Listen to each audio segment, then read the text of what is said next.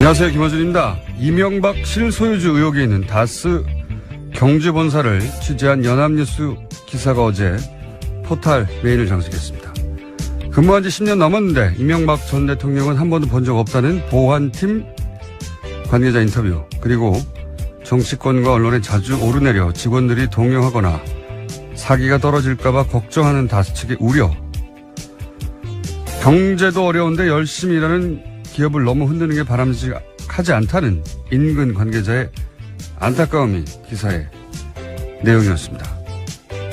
그런데 이런 기사라면 다스 실소유주는 이명박 전 대통령이 아니다 하는 취재가 먼저 전제되고, 그런 잘못된 주장으로 회사가 손해를 보고 있다, 이렇게 논리가 전개되어야 하는 거 아닌가요? 다스 실소유주는 이명박 전 대통령이 아닐지 모른다는 취재의 전부가 보안 관계자가 10년 동안 못 봤다는 겁니다. 게다가 당사자도 아니고, 그렇다고 협력업체도 아니고, 진실의 파편이라도 알고 있는 사람도 아니고, 그냥 우연히 근처에 주소지를 두고 있는 인근업체의 누군가가 기업 흔드는 게 바람직하지 않다고 말하는 걸 보도하는 게 어떤 뉴스적 가치가 있는 건가요? 전직 대통령이 연루했다는 의혹이 있는 천억대 주가 조작 사건의 실체적 진실에 대해서 의혹은 사실이 아니었다, 혹은 사실이었다, 그걸 밝히는 게 언론의 본령 아닙니까? 적어도 이 시점에는. 개인적으로 참 이상한 기사였습니다. 기분도 생각이었습니다.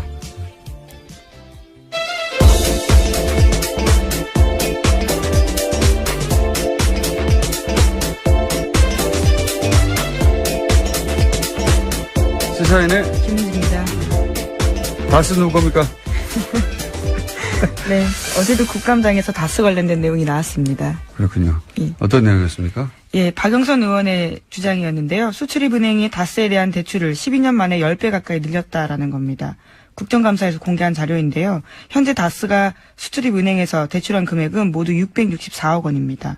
2004년에 60억 원을 대출했었는데요. 12년 만에 10배로 늘어난 겁니다.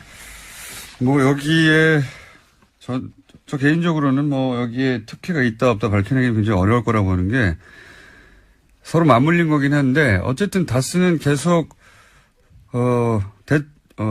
매출이 늘어나고, 예, 신용 상태도 좋아졌어요. 거기 따라서 이렇게 이자도 떨궈주고 뭐 했다고 할 수 있거든요. 그 기준이 잘못됐다고 적용하기 쉽지 않을 것이다, 저는 그렇게 생각이 들고, 다만 이제 북미 또는 뭐 체코 해외 법인들은 당연히 연대 보증을 요구하거나 했었어야 되는데, 그냥 신생업체잖아요. 네, 그런 게 없었다는 거죠. 해외 업체들이 망하면 대출은 날아가는 거고, 일부러 망하게 할 수도 있지 않습니까? 대출을 날아가게 하기 위해서요. 예.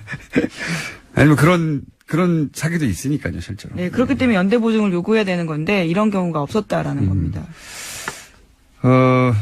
제가 보기에는 이 뉴스 혹은 이 국감에서 질의의 핵심은 뭐냐면, 이명박 전 대통령 실소유 의혹 다스에 대해서 언론 그리고 정치권이 일반 시민들의 관심, 높아지는 관심을 더 이상 외면할 수 없게 됐다, 그런 지경에 도달했다, 이게 이제 포인트라고 봅니다. 이게 뭐 큰 비리가 밝혀졌다라기보다는 이제 이것저것 다 들여다보고 있는 거죠. 예, 언론도 네, 그렇죠. 그렇고. 그래서 저희가 이런 다스는 누굽니까? 이 댓글 운동을 벌여가는 가운데 아침마다 과거에 이제 국민 체조송이라는 게 있었어요. 네, 그렇죠. 띠리리리리 있지 않습니까? 예. 초등학교 때 많이 했었습니다. 그거 들으면 자동으로 팔다리 올라가는데, 예. 그래서 저희가 이 다스 관련해서도 국민 다스 체조송을 만들어서 이 노래가 들리면 즉시 게시판 앞으로 달려가지고 다스 누구 겁니까? 이렇게 무조건 반사를 일으키기 위한 송을 만들었어요. 일단 들어보시죠. 하나, 둘, 셋, 넷, 여섯, 일곱, 여덟, 둘, 셋, 넷, 여섯, 다리 운동. 하나, 둘, 셋, 넷, 여섯, 일곱,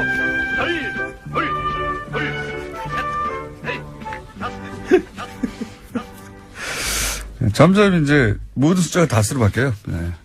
첫 번째 잘 들어보시면 하나, 둘, 셋, 넷, 다섯이 아니고 다스 하고 점 나오고 예. 두 번째는 다스 두 번 나오고 예. 점점 다스가 많이 나옵니다. 누가 만든 겁니까? 아니 제가 생각해냈죠. 아. 제작은 저희 PD. 예, 제작을. 저희 책임 PD가 할 일이 없어요. 그래서 이런 거 만들고 있고요. 어제 갑자기 생각이 나가지고 이 국민 체조성이 필요하다. 그래서 이제 전통의 국민 체조성에다가 다섯을 다스로 바꿔가지고 전 국민이 뒤로 쫙 있거든요. 1분 정도 돼요, 이 노래가. 뒤에가 그냥 계속 다스밖에 안 나오네요. 다스 합니다. 자, 다스 체조송 저희가 매일 틀어드리겠습니다. 다스가 또 이름을 바꾸는 게 아닌가 싶어 걱정이 되는데요. 다음 뉴스는 뭡니까? 네, 2012년 12월에 발각되었던 국정원 댓글 사건이 있었는데요. 당시에 경찰이 중간 수사 결과 발표했었습니다. 그런데 그 시점이 묘연해서 굉장히 그 당시에도 의혹이 많았는데 대선 직전, 그러니까 박근혜 문재인 당시 후보의 마지막 토론회 날이었습니다. 그래서 이에 대해서요, 검찰이 수사에 다시 들어간 건데요. 경찰이 2012년 12월 16일 밤 11시에 관련 자료를 배포했었습니다. 그런데 불과 10분 뒤에 국정원도 보도자료를 냈었는데요. 이와 같은 상황이 모의하지 않으면 불가능했다라고 검찰이 보고요. 관련된 수사에 들어간다라는 겁니다. 하여튼 복잡하게 지금 좀 사실관계를 전했는데 한마디로 말해서 대선 3일 전에 그리고 마지막 토론의 날 경찰이 발표를 합니다. 예, 댓글 사건 사실이 아니라고 사실상. 네, 대선 개입이라는 비판이 있었습니다. 아무것도 비방 댓글이 발견되지 않았다고. 예. 개뻥이죠. 네, 중간 수사 결과 발표라는 아주 이례적인 발표를 중간 수사 발표를 이런 게 한 적도 없고. 예. 그리고 국정원도 바로 이어서 보도자를 냅니다. 민주당을 특정해가지고 사실 무근으로 드러났기 때문에 왜냐면 경찰 발표가 있고 민주당 국정원은 10분 있다가 또 발표를 해요. 민현사상 책임을 묻겠다고 다 짜고 치는 고스톱이었죠. 예. 그리고 나서 저도 이때 시발단 얘기해가지고 새누리당하고 국정원하고 임목사하고 변희재 씨하고 뭐 온갖 직 관련 당사자들한테 고소고발을 그때 당했어요. 예. 후루루 쏟아졌습니다 그때 정말. 국정원이 특정 정당에게 정보기관을 국기문란 사건으로 아니죠. 정보기관을 이렇게 악용했다라고 오히려 주장을 하고 있었죠. 공격한 것에 대해서 국기문란 사건이라고 보고 민원상 책임을 지겠다고 묻겠다고 국정원 했었죠. 그리고 고소고발했어요. 예, 댓글 사건이 국기문란 사건인데 오히려 이것에 대해서 문제 제기한 게 국기문란이다라는 적반하장격 주장을 했던 그리고 거죠. 그렇죠. 예. 박근혜 후보가 또 토론회 안에서도 유사한 얘기를 했습니다. 책임지라고 사실이 아니면 당시 문재인 후보에게 사실이 아니면 책임지라고 해놓자마자 이렇게 부르륵 나온 거예요. 예. 이거는 뭐 당시에 너무나 이상한 일이었고 의혹이 당연히 있었는데 이제 소위 요게 국정원이 직접 개입해서 이걸 만들어낸 게 아니냐. 예. 경찰의 결론도 여기까지 가고 있는 거죠? 예. 네, 왜냐하면 이 상황에서 커넥션 역할을 했던 인물로서요. 박원동 전 국정원 국익정보 국장이 지목되고 있습니다. 이 인물 같은 경우에는 지금 현재 출국 금지가 되어 있는데요. 관련된 수사가 진행되고 있고 검찰은 이번 주 안에 구속영장 청구할 계획이라고 합니다. 알겠습니다. 어제 네이버 관련해서 저희가 뉴스 잠깐 전해드렸는데 스포츠 연예 부분 거기서는 따로 관리를 하다 보니까 그런 문제가 생겼고, 그러니까 이제 어제 못 들으신 분들 위해서 잠깐 요약하면 프로축구연맹팀의 홍보팀장이 네이버에다가 프로축구연맹에 불리한 기사가 있는데 그게 노출되지 않도록 해달라고 청탁을 했고, 그 기사가 실제 재배치됐고, 그리고 네이버가 처음으로 그걸 인정했고, 청탁이 네, 보도가 나간 지 4시간 만에 곧바로 인정했습니다. 네.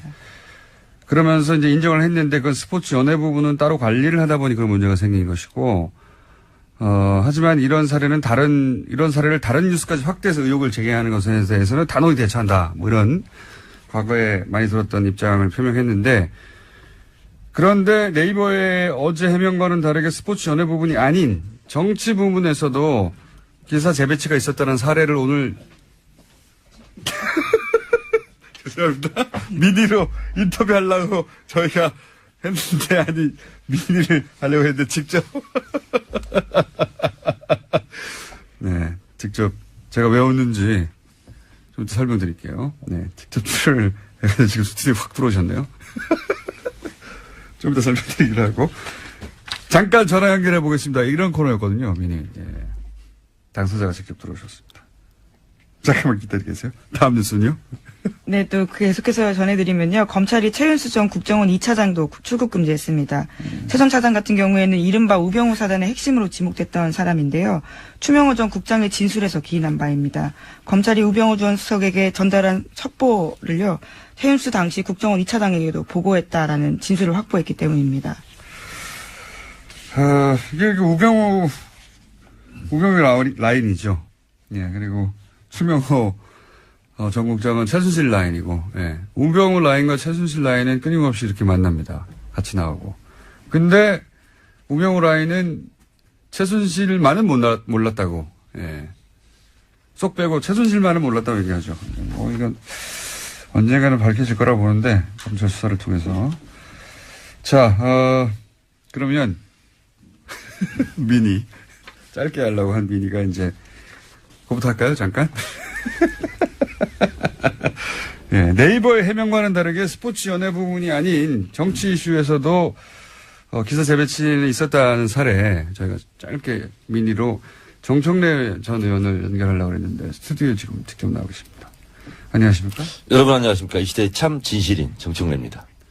아니 3, 4분만 할 건데 여기 진짜 오셨어요. 아니 우리 집에서 여기 가까워요. 교통방송. 그래서 건너편에 교회 있잖아요. 상암동 교회. 네. 제가 그 교회 권사거든요. 이 위치도 잘 알고 매주 오는 길이라서 아침에 잠도 없고 그래서 그냥 나왔습니다. 전화나 예, 걸어오는 거리랑 비슷하다고 그냥 걸어서 갑자기 돌발 출연을 하셨고 자 이게 이제 무슨 얘기를 하려고 그랬냐면 2년 전 국감에서 그런 게 있었어요. 그러니까 그때 밴드 3년 전. 3년 전입니까? 2014년 10월. 네. 밴드하고 카톡이 사찰을 받고 있다. 꽤 큰 뉴스였습니다, 그때. 예. 많이 떠들었고, 그때 이제, 다음 그 대표도 와가지고 사과도 하고 했죠. 네, 그렇습니다. 예. 실제 사찰이 이루어졌다고, 재발 방지 약속하고.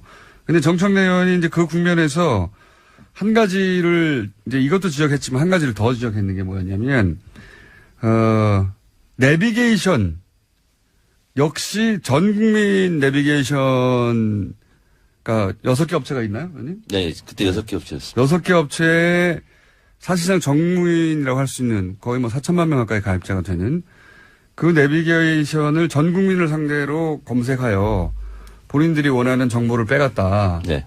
한마디로 말하면 그런 이제 사실을 발견해내고 국감에서 정청래 의원님이 경찰청장이었죠, 당시에. 예. 네, 경찰청장이었고요. 경찰청이냐 사찰청이냐 이렇게 제가 질의를 하면서 질문했던 건데요. 내용 배경은 이렇습니다. 당시 유병헌 네. 그리고 아들 유대균 씨 네. 이를 이제 잡아야 된다. 온통 난리였었는데 유병헌 씨가 송치죄에 나타난 첩보가 있다. 그래서 송치골 같은 송치죄. 이렇게 내비게이션의 키워드 검색 3개 하고 그 아들 유대균 씨가 서울 언남초등학교 주변에 나타났다. 이런 첩보가 있었나 봐요. 언남초등학교. 이 4개의 키워드를 내비게이션에 친 사람들, 전 국민 상대로 모든 사람들을 사찰했어요. 그래서 이제 그걸 경찰청장에게 질의를 했고 경찰청장을 인정하고 그러니까 뭐 예를 들어서 당사자거나 당사자의 주변의 인물이거나 몇백 명 할 수 있는데 그게 아니라 전 국민을 다 했다는 거죠. 그래서 이제 그런 문제 제기를 했고 실제 그게 굉장히 당시에 이제 그 카톡이라든가 밴드 사찰과 맞물려서 전 국민을 상대로 거의 모든 영역에 사찰이 이루어진다. 이렇게 이제 크게 보도가 됐어요. 사건의 파장이 굉장히 컸고요. 이슈가 됐어요. 근데 이 4가지 키워드는 전 국민 누구나 다 칠 수 있지 않습니까? 근데 문제는 이 4가지 키워드를 친 사람 모든 국민을 대상으로 2차 목적지, 3차 목적지. 그러니까요. 이것까지 다 사찰한 거예요. 게다가 이제 예를 들어서 카톡은 무슨 뭐 검찰이나 경찰에서 혐의가 있는 사람들한테 할 수 있죠. 근데 문제는 그 카톡 그 당사자뿐만 아니라 그 사람이 이제 카톡을 하면서 연결되어 있는 사람들 있잖아요. 그 카톡의 네. 사람과 꼭 카톡을 했던 다른 제3자들까지 모두 다 사찰했죠. 그러니까 이제 그 사람과 대화를 한 사람의 카톡을 또다시 또 열어보고 그 사람과 대화한 사람을 또다시 열어보고 이렇게 이제 그 혐의에 국한해서 하지 않고 광범위하게 사실상 정무원을 상대로 한 사찰을 마찬가지로 했다. 문제 제기를 했어요. 잘했어요. 근데 정청래의원은 본인이 잘했기 때문에 기사가 200개가 넘게 났기 때문에 검색했을 거 아니겠습니까? 내가 얼마나 잘했는지. 아니, 일단 실검이 안 올라와요. 아니, 내비게이션 사찰 보통 이게 실검이 올라오게 돼 있거든요. 기사가 200개 이상이 쏟아졌거든요. 국감에서 200개 이상이 쏟아지는 기사가 별로 없습니다. 그건 대박이라는 거죠. 국감에서 화제가 분명히 됐고. 그런데 이제 본인이 잘했기 때문에 이제 얼마나 기사가 많이 나는지 찾아도 보고 아니 검색어도 안 올라오고. 아무리 기다려도 안 올라와요. 게다가 검색 어떻게 실검에도 안 올라오고. 노출이 안 되지 이렇게. 너무 억울한 거죠. 그죠? 억울하셨죠? 억울하고 분했죠. 섭섭하고 억울하고 분해가지고 그러니까 이제 정청래 의원은 잘못 걸린 거죠. 이분은 뭐 기사가 이렇게 중요도 있게 취급이 안 됐나 보다 이렇게 생각하고 넘어가야 되는데 그럴 리가 없어. 이거 받아들일 수가 없어. 난 너무 억울해. 그래서 밤새 쳐다본 거야. 캡처하고 어디가 있나. 그래서 드디어 새벽 2시 14분에 제가 찾았어요. 찾아가지고 네이버 다음을 다 들어가서 봤어요. 주요 기사 어디에도 없어요. 네. 뭐 이렇게 댓글 많이 읽어본 기사 많이 1등부터 30등까지도 없고 댓글 많은 기사도 댓글 없고, 많은 기사에도 1등부터 30등까지 없고 관련 기사 연결돼서 나오기도 하잖아요. 그것도 없고 검색어도 아무것도 없어요. 없고 그래서 이제 찾다 보니 알고 보니 요약하죠. 네. 이거 얘기하면 30분 넘어가니까 요약하니 30분 넘게 해도 됩니다. 아니, 저희 딴 거 해야 돼. 의원님 미인인데 이제 끝날 시간이에요. 빨리 끝내야 돼, 이제. IT 기사에 가 있었던 거예요, 이게. 정치 기사인데, 내비게이션이라는 단어 나온다고 IT 기사로 넣어놓은 겁니다. 그러니까 기사를 찾을 수가 없는 거예요. 제가 그냥 있을 사람이 아니잖아요. 근데 이걸 기사를 잘못 처리한 게 딱 하나 있었습니다. 200개 기사 중에서. 그거는 댓글이 971개가 달렸어요. 다 IT로 기사를 하는데 하나가 정치 쪽으로 와 있었던 거예요. 그러면 잘못해가지고. 댓글 그거라도 그 기사 하나라도 댓글 많은 기사에 달려야 될 거 아니에요. 순위를 따져보니까 6위에 랭크가 돼야 돼요. 근데 그것도 안 해버렸어요. 순위에도, 그러니까 하나가 우연히 삐져나갔나 봐요. 아니면 기사가 나중에 나왔구나. 하나는 잘못 처리했겠지. 어쨌든 키핑을 못한 거예요. 그 기사는 971개의 댓글이 달려서 그날 달린 기사 중에 6위에 해당되는 거였는데 리스트 30, 또 반가운 마음에 찾아봤는데 그 댓글을 딱 우연히 찾은 사람들만 댓글을 단 것이고 기사를 발견한 사람들만 순위에는 없더라. 그래서 이제 가만히 있을 분이 아니지 않습니까? 네이버에 전화해서 항의를 한 거죠. 네. 항의를 해가지고. 그래서 와서 해명을 했어요. 네. 그랬더니, 상당히 겸연쩍은 표정으로. 사과를 하고 갔어요. 사과를 하고. 인정하고. 죄송합니다. IT 분야에 처방을 놨습니다. 그러니까 기사가 노출이 안 되는 거예요. 네. 그러니까 여기 이제 의원님 요것만 하시고 들어가셔야 되는데. 네. 그러니까 이게 첫 번째는 스포츠 연예 기사만 그랬다고 하는데 그게 아니라는 사례는 이미 3년 전에 물론 의원님 개인한테 와서만 그 누군가가 배달해가지고 그 뉴스를 사과를 전했을 뿐 그러니까 모르죠. 의원님만 알고 있습니다. 그리고 네이버가 자의적으로 했을 리가 없지 않습니까? 이게 비상식적인 행위니까 누군가 그렇게 하라고 했을 거 아니에요, 그죠? 그러니까 이번에 축구연맹 그 기사 재배치도요 똑같은 방식이에요. 안 보이는데 IT 분야 이런데 처방하는 같은 방식이었던 거예요. 근데 이 경우에는 이해가 당사자가 누구냐 국정원 같은 곳이거나 사정기관 혹은 뭐 정부 아닙니까? 이 경우에는 그런 뉴스가 정부에 불리하니까. 그러니까 첫 번째는 연예 기사 아닌데도 있었다. 해명과 다르다 지금. 두 번째는 네이버한테 그럴 기사를 재배치하도록 축구야 프로축구 연맹에서 했다고 쳐요. 누구냐 있었을 거 아니냐. 그리고 세 번째는 기사 재배치가 아니라 뭐 순위 노출이라든가 뭐든지 할 수 있는 거 아니냐. 이런 의혹을 잠시 연결해서 3분만 하려고 했는데 직접 나와서 10분 가까이 시간을 까먹고. 하여튼 그 당시 제가 엄청 분했는데 이렇게 억울하게 당하는 기사들이 얼마나 많이 있겠습니까? 그러니까요. 의원님도 이 정도였는데 그런 기사가 이거 하나밖에 밝혀지지 않고 지나간 사례가 과연 없겠는가. 예. 의원님 나가주세요 이제. 네, 감사합니다. 정청래였습니다. 감사합니다. 네. 다음부터 미니로 해요 그냥. 네. 예정에 없던 불쑥 등장한 의원님 덕분에 미니가 좀 길어졌습니다. 제가 이렇게 정리만 하고 맞습니까? 요거만 하려고 했는데 예. 코앞에 사시거든요. 코앞에. 예. 정말로. 예. 예, 뭐 시사인 장충기 문자 기사도 그랬었고요. 네. 사실은 그런 의혹들은 여러 차례 아주 많았었습니다. 근데 이제 장충기 사장하고는 직접 통화해서 이 사실관계를 밝혀주지 않을 테지만 이분은 이런 적이 분명히 있어요. 예. 그거 3년 전에 주장도 했고요. 팟캐스트 나와서 내가 이런 일을 겪었다. 그 다음에 개인적으로 찾아와서 그 사실관계도 인정을 했다. 그렇지만 이제 회사가 무슨 잘못이겠는가. 이건 뒤에 그 압력을 행사한 것을 찾아야 되는데 이러면서 이제 의원님 개인 선에서 예. 마무리한 건이 있긴 하지만 자 다음이요. 물어봐야 된다 이 질문을 계속해서. 네, 5.18 관련된 소식도 전해드리겠습니다. 1980년에 5.18 민주화 운동을 신군부가 북한 개입설을 해외에 전파하려고 한 시도가 확인됐다라고 MBN이 보도했습니다. 5.18 직후에 국보위가 당시 외무부를 통해서 해외에 뿌린 자료집에 나온 내용이라고 합니다. 초안 자료집만 보더라도요. 그런 내용들이 없었는데 최종본에 보면 고종 간첩과 용공 불순분자가 등장하고 무기를 잘 다루는 신원 미상의 청년이 시위대를 선동해서 무기 구요를 습격했다라는 내용이 있는데 이러한 내용들이 영문으로 1800부 이상 제작돼서 전 세계 제외공간에 뿌려졌다라고 합니다. 7, 80년대 소위 이제 보수 정권의 뿌리라고 하는 박정희, 전두환, 노태우 군사 정권들 다 쿠데타로 집권했지 않습니까? 근데 자신들이 분리할 때는 어김없이 이렇게 북한을 팔았어요. 예, 빨갱이로 하면 겁을 먹으니까 사람들이. 간첩도 많이 만들어냈죠. 그때 가짜 간첩. 이 가짜 간첩 만들어내는, 양산 체제 작업 달인이 김기춘 비서실장이었어요. 예. 이 사안도 한번 나중에 다루죠. 자, 그래서 지금 당시 신군부가 어떻게 5.18을 덮으려고 했냐 이런 뉴스가 계속 나오고 있죠. 예? 네, 관련해서 그렇습니까? 예, 1988년에 또 국회 청문회 있었었는데요. 당시에도 청문회를 얼마나 조작했는지에 대한 정황들이 계속해서 나오고 있습니다. 그랬겠죠. 자기들이 쿠데타를 하고 자기들이 권력을 잡았으니까 왜 안 했겠어요. 네, 일자별로도 상황을 모두 조작했었고요. 시간도 조작하고 그리고 증언도 조작하고 것들이 계속 나오고 있습니다. 살인범이 피의자석에 앉아 있어야 되는데 판사, 검사, 증인석에 자기들이 다 앉아 있는 거 아니에요? 네. 그럼 자기들 마음대로 했겠죠. 그거에 기반한 청문회였기 때문에 청문회도 다시 따져봐야 된다. 예. 다음 수 하나 기억 늦어진 거 하나 둘 예. 간단하게 정리하고 갈 수 있을 것 같은데요. 네, 조윤선 전 문체부 장관의 2심 재판이 어제 있었는데요. 이 자리에서 조 전 장관은 위증은 무죄다라고 주장해서 눈길을 끌고 있습니다.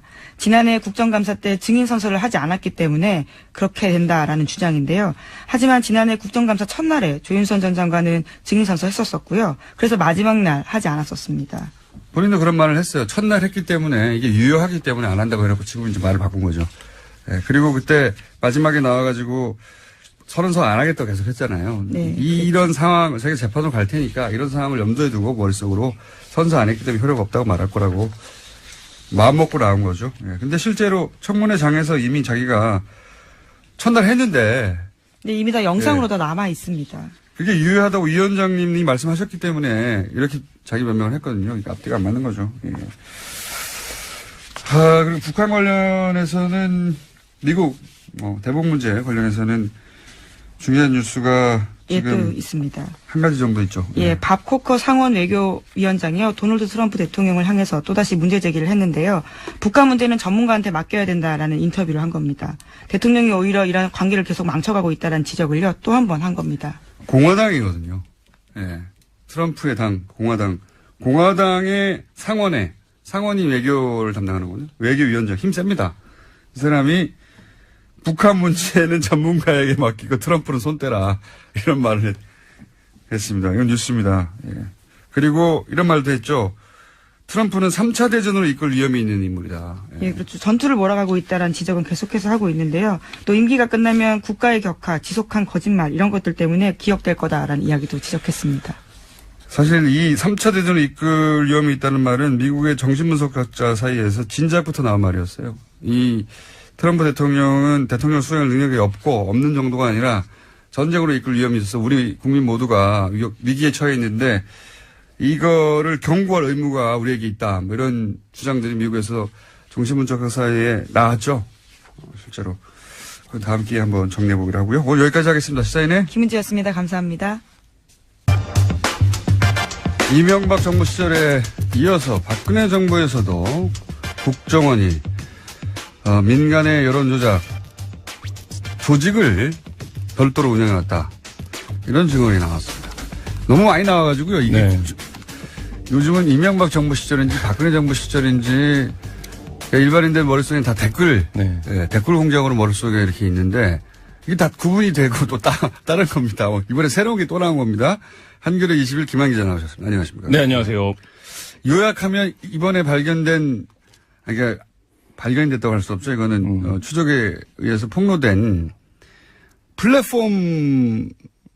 뭡니까? 정확하게 말하면 이게 기존의 뭡니까? 이명박 정부 시절의 댓글 여론 공작이 이미 생산된 기사나 포털에 유통되는 기사에 댓글을 달거나 그걸 그렇죠. 이제 유통시키는 방식으로 해서 영향력을 공작을 하려고 했던 것이라면 특정 기사에 대해서 정부에 유리한 댓글이 달리도록 하는. 네, 그렇죠. 근데 저희가 이제 이번에 밝혀낸 언론닷컴의 경우에는 직접 콘텐츠를 생산하는 단계로 온 겁니다. 그래서 국정원이 보수 농객들이 생산한 콘텐츠를 아카이빙 하는 형태로 한 곳에 모으고 일부 기사를 거기서 이제 새로 쓰기도 하고 이 기사가 SNS를 통해서 유통되도록. 그러니까 본인들이 원하는 기사를 언론을 통해서 만들어내기도 했다는 보도가 계속 이어지고 네. 있는데 그걸로 부족해서 자기들이 아예 기사를 만드는 플랫폼을 만들고 그걸 네. 또 모아놓는 창고. 그렇죠. 그러니까 기존에 썼던 기사들 포함해서 보수 관련된, 그러니까 자기네가 유리한, 정권에 유리한 관련된 기사나 칼럼 주장들을 한 군데 모아놓고 이걸 거기서 뽑아가지고 이제 그렇죠. 링크를 걸어서 네. 이제 댓글 작업을 한 단계 더 이제 업그레이드한 거네요. 이제 미디어 네. 환경의 진화에 발맞춰서 국정원도 발전했다. 뭐 이렇게.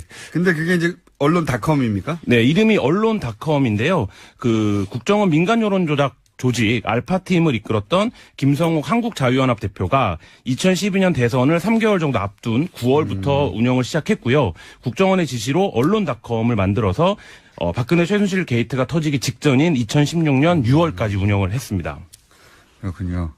근데 이게 이제 국정원이 소위 이제 보수 논객들이 자발적으로 만들어낸 어떤 사이트나 뭐 아카이빙 그 자료들을 모아놓는 그런 플랫폼일 수도 있다. 네. 당연히 그렇게 생각하는 게 일반적인 상식인데 그게 아니라 이게 국정원 프로젝트였다. 네. 라는 게 어떻게 밝혀졌죠? 그 알파팀의 한 멤버에게 김성욱 씨가 합류를 제안을 합니다. 이 사이트를 만들었는데 김성욱 씨는 이 언론닷컴을 만든 네. 분. 예. 홍보 담당자로 좀 합류를 해라. 근데 저희가 이제 오랫동안 취재를 해온 결과 이제 그 알파팀 member 중에 그분이 제일 인터넷에 밝은 분이에요. 그러니까 뭐 사이트 구축이라든지 뭐 여러 가지 것들 알파팀 내에서도 제일 알파팀도 설명해 주셔야죠, 짧게. 네.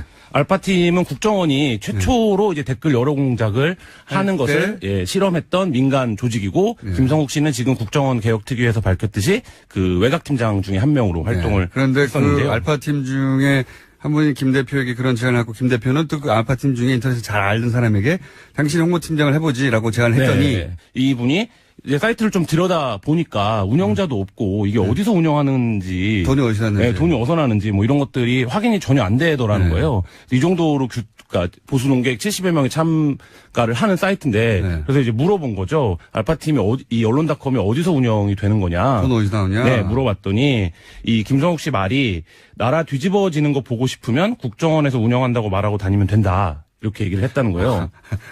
그래서 이제 일단 알겠다고 했더니 김성욱 씨가 재차 너 이거 어디 가서 말할 거냐 이렇게 얘기를 해서 아닙니다. 함구하겠다 이렇게 얘기를 하고 당시에 이제 주고받은 카톡을 저희가 이제 입수를 했습니다. 직접 듣기도 했고 그게 카톡으로도 남아있다. 국정원에서 운영한다는 얘기가. 별일을 다 했네요. 예. 근데 여기에 참여한다는 76명으로 지금 밝혀졌는데 어떤 분들입니까? 뭐 한국 사회에서 보수 관련한 글을 쓰는 분은 다 포함됐다라고 해도 과언이 아닌데요. 뭐 보수 농객의 상징이라고 할 수 있는 조갑재 전 월간조선 편집장을 비롯해서 류근일 전 조선일보 주필, 김진 전 중앙일보 논설위원, 변희재 미디어워치 대표 등이 확인이 되고요. 뭐 우익 농객으로 이름났던 소설가 복골 씨, 그다음에 이제 국정원과 뉴라이트의 가교 역할을 했다라고 지금 얘기되고 있는 양동환 한국 학중앙연구원 명예교수, 뭐 송복 연세대 교수, 뭐 조전혁 전 새누리당 의원, 전원책 변호사, 뭐 이런 분들, 그리고 지금 KBS, MBC 현직으로 공영방송 이사를 하고 있는 강규영 명지대 교수, 김강동 나라정책연구원장, 조우석 평론가, 뭐 차기한 변호사 이런 분들이 다 여기에 필진으로 참여를 했습니다. 이분들이 다 국정원에서 하니 여기다 글을 쓰세요라고 제안을 받지는 않았겠네요. 네, 그렇죠. 그러니까 개입 여부 국정원이 어디까지 개입됐는지를 어느 선까지 알았는지들은 확인을 필요한데 운영자들이야 뭐 알았겠지만. 네. 예. 저희 제보자는 이렇게 얘기를 하더라고요. 그러니까 직접적으로는 몰랐을 수 있는데 간접적으로는 모를 수가 없다. 왜냐하면 이 중간책들이 다 있었다는 겁니다. 그러니까 예를 들면 김성욱 씨가 담당하는 76명을 다 섭외한 게 아니라 어떤 경로를 통해서 여기에 합류했는지가 다 각기 다르다는 거예요. 그러니까 어떤 사람은 국정원으로부터 직접 제안을 받았을 수도 있고, 뭐 어떤 분은 그 중간에 누군가가 섭외해서 한 5명 정도를 섭외했을 수도 있고. 근데 공장장도 아시지만 글 쓰는 사람 76명을 한 사이트에 섭외한다는 게 거의 불가능하죠. 네, 불가능한 프로젝트인데. 이거는 각자 소속들도 있고, 자기 이름값도 있고, 자기 홈페이지가 있는 분들도 있고, 사실 이분들을 한 자리에 모으는 건 불가능합니다. 네, 그리고 이 사이트를 저희가 이제 3,100개 글 정도를 전수조사를 했는데 이분들이 모두 비슷한 사진을 다 여기다가 걸고 있어요. 그러니까 누군가 기획을 하고 작업을 했다는 건데 이런 것이 어떻게 가능하냐, 이 자존심 뺀 분들이 뭐 이런 것들은 좀 해서 간접적으로는 어느 정도 인지를 했을 거다, 이렇게 그 제보자는 얘기하고 있습니다. 제보자의 이제 추정이군요. 네. 그 추정이 저는 합리적이라고 보는 게 말씀하셨다시피 이건 미디어 영역에 있으면 다들 금방 이해할 텐데 이런 정도의 이름값이나 자기 이름을 걸고 활동하는 분들이 한 자리에 모여서 특정 매체를 위해서 일하지 않습니다, 절대. 그렇죠. 거의 불가능한 일이죠. 그러면은 이제 여기서 한 발 옆으로 가서 네. 예. JTBC가 앞으로 가기 때문에 저는 옆으로 가는데 뒤로도 갑니다, 저희는. 네. 점프도 하고. 근데 앞으로 이걸로 해야 되겠네. 한 발 점프가 좋네. 예. 점프 좋죠. 한 발만 가면 뭐합니까? 예. 점프 혹은 비행 해가지고 한 발 비행해서 두 발 다 떼고 비행해가지고 이게 확인되면 좋겠어요. 어떤 사항이 떴잖아요. 예. 근데 이게 목적성을 가지고 만든 사이트고 목적성을 어느 정도 동의하고 모인 분들이면 그리고 국정원이 직접 개입했으면 국정원이 이슈가 발생했을 때는 자기들이 원하는 방향으로 여론을 끌고 가기 위해서 댓글도 달고 하잖아요. 예. 특정 사건이 있을 때 이 사이트에서 특정 주장의 글들만 쫙 나왔느냐. 네. 이게 중요합니다. 네. 그래서 저희가 이 남아있는 글 3,100개에 대한 전수조사를 했는데요. 네. 이 글이 증폭하는 시기가 딱 3번 있습니다. 3번. 이 기간 중에 언제냐면 대선 직전. 그러니까 대선 직전에 당연하고. 예, 당연하고. 그다음에 2013년 3월 북한이 3차 핵실험을 했는데요. 이 기간에 갑자기 글들이 엄청 쏟아집니다. 그거 뭐 국정원 관심사니까 또 당연하고요. 그리고 또 한 가지 2014년 이제 6.4 지방선거를 앞두고 그해 말에 정윤회 씨가 이제 비선 실세다 이런 논란이 요거 중요하네요. 요거는 들어왔는데 그 3차 핵실험 이후에 좀 잠잠하게 운영이 되다가 이 시기에 갑자기 또 글이 확 증폭이 됩니다. 어떤 류의 글입니까? 뭐 이 부분에 대해서 이 시기에는 어떤 게 나오냐면 박근혜 정부의 국정 정책을 막 홍보하는, 그러니까 이전과는 전혀 다른 패턴인 거예요. 그러니까 대선 때는 박근혜, 문재인, 뭐 안철수 후보에 대한 글들이 당연히 많고 3차 핵실험 때는 뭐 종북이라든지 북한 핵 문제 얘기가 많은데 이 시기가 되면 박근혜 정부의 당시 정책들 뭐 여러 가지 박근혜 정부 잘하고 있다. 네, 잘하고 있다. 이 부분에 대한 글이 갑자기 이제 확 증가를 하게 되는 거죠. 그것은 매우 의심스러운 정황이네요. 지금 현재 김 대표는 인정하고 있습니까? 국정원으로부터? 김 대표는 국정원 외곽팀장으로 수사를 받은 이후에 아무런 연락도 받고 있지 않고 저희가 다각도로 그래서 이 사이트에 운영진에게 메시지도 보내보고 전화도 하고 뭐 했는데 일단 김성욱 대표와는 연락이 닿지 않고 이 사이트에 관계자들은 전혀 반응을 하지 않고 있습니다. 국정원은 뭐라고 합니까? 국정원은 2012년 대선 전후로 해서 너무 많은 일들을 했기 때문에 뭐 자기가 담당이 아니면 구체적으로 모르는데 이것은 국정원이 한 것으로 보인다. 정도의 워딩을 했습니다. 그러니까 정확한 담당자는 아직 드러나지 않고 있고. 근데 저희가 취재한 국정원 관계자는 당시에 인터넷 팀이 있었고 인터넷 팀이 인터넷 언론이나 인터넷 여론에 대해서 지속적인 보고서를 올렸었고 최소한 2명 이상이 인터넷 팀에서 활동을 한 것으로 확인을 했고요. 그리고 재밌었던 게 이 인터넷 팀의 변희재 씨를 전담하는 담당관이 있었다는 겁니다. 그래서 변희재 씨가 쓰는 글이라든지 활동 같은 것들을 적극적으로 이제 지원하는 역할을 하는 그러니까 저희가 이제 기자들은 아이오라고 부르는데 그 아이오가 있었다 이런 얘기까지 들었습니다. 그만큼 자주 활용했다는 얘기네요. 그렇죠. 담당관이 있었다는. 네. 저는 감시관이 있었던 걸로 알고 있는데. 감시도 하고 사찰도 하고 담당도 하고. 네. 저는 그 숫자는 제가 얘기네요. 저는 5명이 있었다는 걸 알고 있습니다. 네. 네, 저하고 주진. 그 팀이 그 팀일 수도 있습니다. 이쪽은 감시하고 저쪽은 지원하고. 5명이 있었다고 저는 전해 들었는데, 저는 사실관계는 확인을 안 해봤고, 그 얘기하니 갑자기 생각나네요. 정봉주 의원이 이제 BBK 네. 건으로, 서울구치소에 수감이 됐어요. 그래서 다들 면회를 갔는데, 저하고 주진우 기자만 안 되는 겁니다. 모두 다 되는데. 면회가 자체가. 모두 다 되는데 이 두 사람만 안 되는 거예요. 그래서 저희가 이제 당시 서울구치소장한테 항의를 했어요. 왜 안 되냐고 그랬더니 구치소장이 이렇게 얘기했습니다. 교화에 방해가 된다. 법리적으로 말이 안 되지만, 무슨 말이지. 나중에 굉장히 재밌는 일화가 있는데, 예. 듣고 보니까 막 설득되려고 그러는 거예요, 저희가. 교화에 방해가 되긴 되지. 애초 교화가 안 될 뿐이긴 한데. 이 언론닷컴 같은 경우에는 국정원의 여론 공작이 진화했다라는 거를 좀 보여주는 단서인데요. 그러니까 이전 이 미디어 환경 변화에 발맞춰서 직접 보수 콘텐츠를 생산하고 그리고 국정원의 공작 목표도 좀 많이 달라졌다. 그리고 실제 그게 지금까지 아까 그 처음에 말씀하셨듯이 이명박 정부 시절의 일들이 드러나고 있는데 이거는 박근혜 정부에 있었던 일이고 오히려 진화하고 업그레이드였다. 그렇죠. 이렇게 이제 얘기해 볼 수 있겠고 그 구체적 사례가 처음 나왔다고 볼 수 있겠습니다. 네. 그래서 국정원 개혁위원회도 지금 이명박 정부 때 거는 여러 가지를 내놓고 있는데 박근혜 정부 때 거는 거의 안 내놓고 있는 상황인데 아직 거기까지 못 가는 것 같아요. 지금. 네. 그래서 박근혜 정부 때 국정원이 어떤 일을 했는지에 대한 좀 진상 규명과 수사가 필요하다. 그리고 여론 공작이 있었다. 이런 것들 저희가 보도. 알겠습니다. 그런 보도가 시작되었다. 박근혜 정부 시절엔 더욱 업그레이드된 여론 공작의 사례로 첫 번째 등장한 게 국정원이 직접 보수 농객들을 다 모아가지고 사이트를 운영했다. 언론닷컴 아직도 검색하면 나옵니다. 지금은 폐쇄됐죠. 네, 블로그들이 나와요. 서브 블로그들이. 알겠습니다. 지금까지 한겨레21 김한 기자였습니다. 감사합니다. 네, 감사합니다.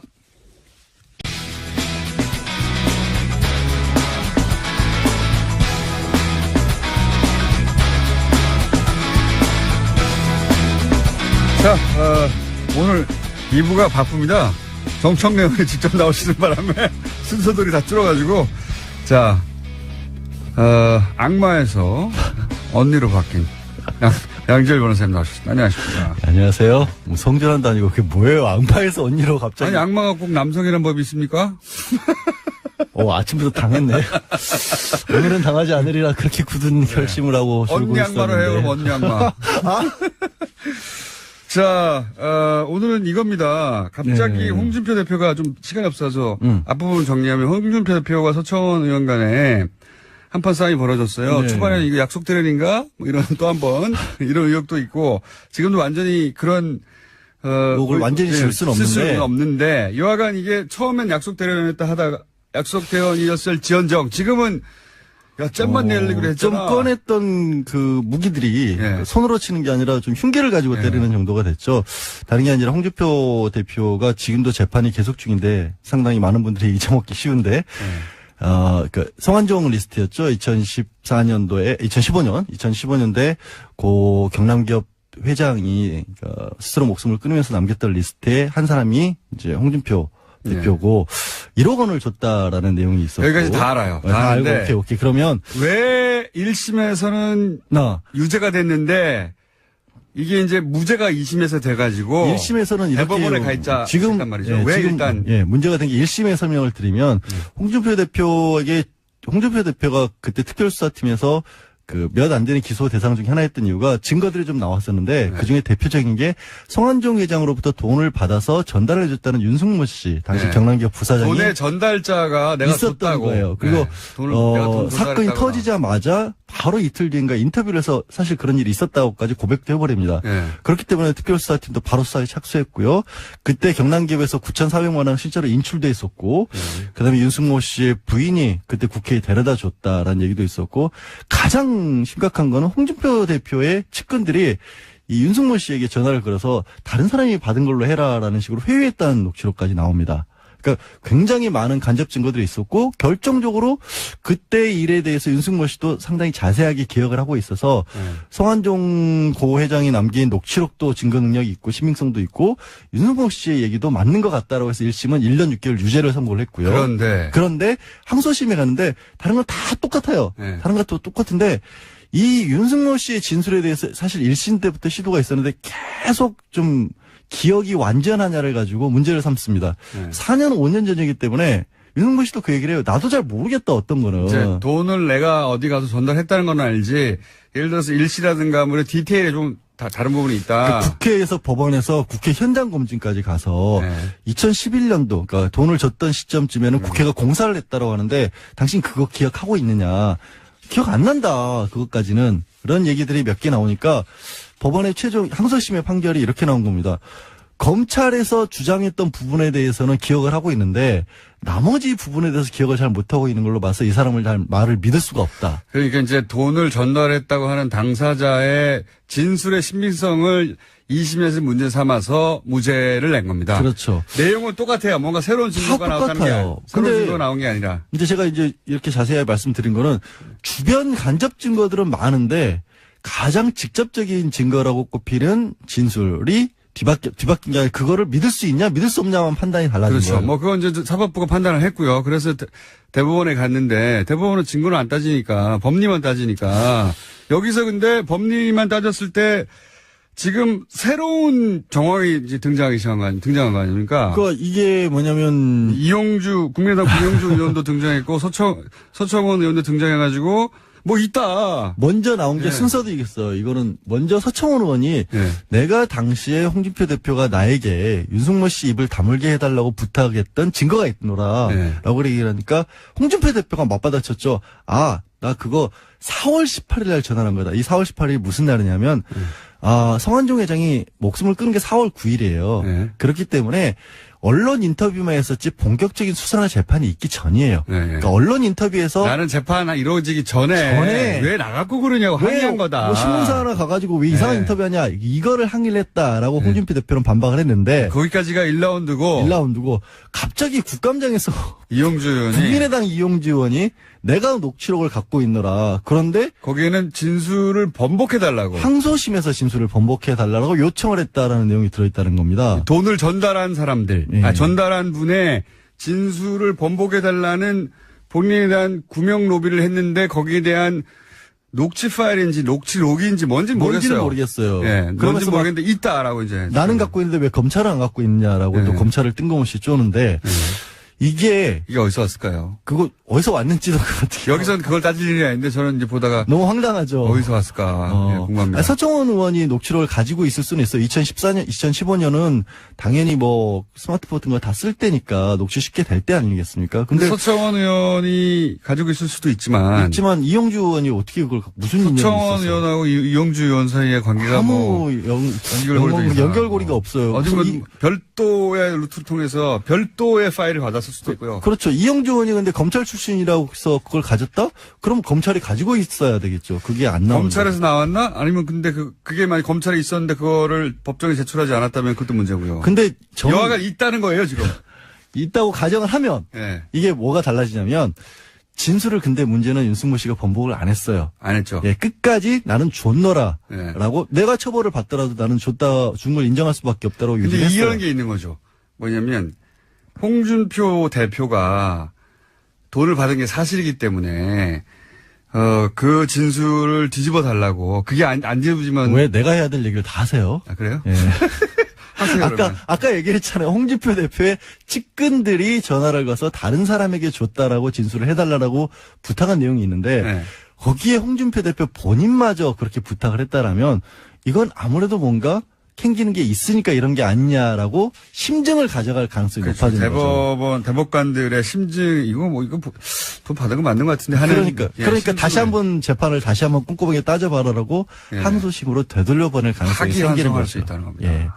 근데 왜 이렇게 우리 국회의원들은 전부 다 법 이런 건 다 필요 없나 봐요. 이게 이 폭로를 한 사람들도 생각해 보면 이 법적으로 중요 사건의 증거가 될 수 있다는 걸 가지고 있다라고 하면서도 검찰에 내겠다는 얘기는 안 하시고. 아니, 그거는 이제 결정적으로 자기가, 돋보일 때, 혹은 이 국면이, 이게 정치권이라는 게 정말 명백한 주장을 한 것 같은데 또 다른 정반대에서는 그게 말도 안 되는 주장이라는 걸 제법 그럴듯하게 주장해서 물타기가 되잖아요. 그러니까 결정적 국면에 등장하려고 하시는 거라고 봅니다. 이용주 의원이. 예. 이렇게 사법적인 처리를 더 우선으로 해줬으면 좋겠고요. 그리고 서청원 의원 같은 경우도 만약에 그래서 변호사들이 안 되는 거예요. 뭘 안 돼요. 정치를 하면. 그래 정치 안 할게요. 법이 더 중요하지 지금. 하여튼 예, 그렇습니다. 나오긴 나올 거라고 보는데 별게 아닐 수도 있어요. 파일이 들고. 사실 들어보면 별거 아닐 수도 있죠. 근데 어쨌든 초반부터 홍준표 대표가 그렇게 여러 번에 걸쳐 전화를 했다면 지금 이용주 의원이 말이 사실이면 위기입니다. 두 번 전화를 한 거죠. 최소한. 최소한 2번 전화하는 거잖아요. 그게 만약에 사실이라면 이용주 의원의 말이 그리고 실제 그런 물증이 있다면 홍준표 대표는 위기에 처하게 됩니다. 사법적인 걸 그러니까 사실 정우택 원내대표도 이거 대표 자리가 위험할 수도 있다라고 해서 살짝 발을 빼는 상황이 돼버렸잖아요. 지금. 양지열 변호사였습니다. 예, 고맙습니다. 3부에서 뵙겠습니다.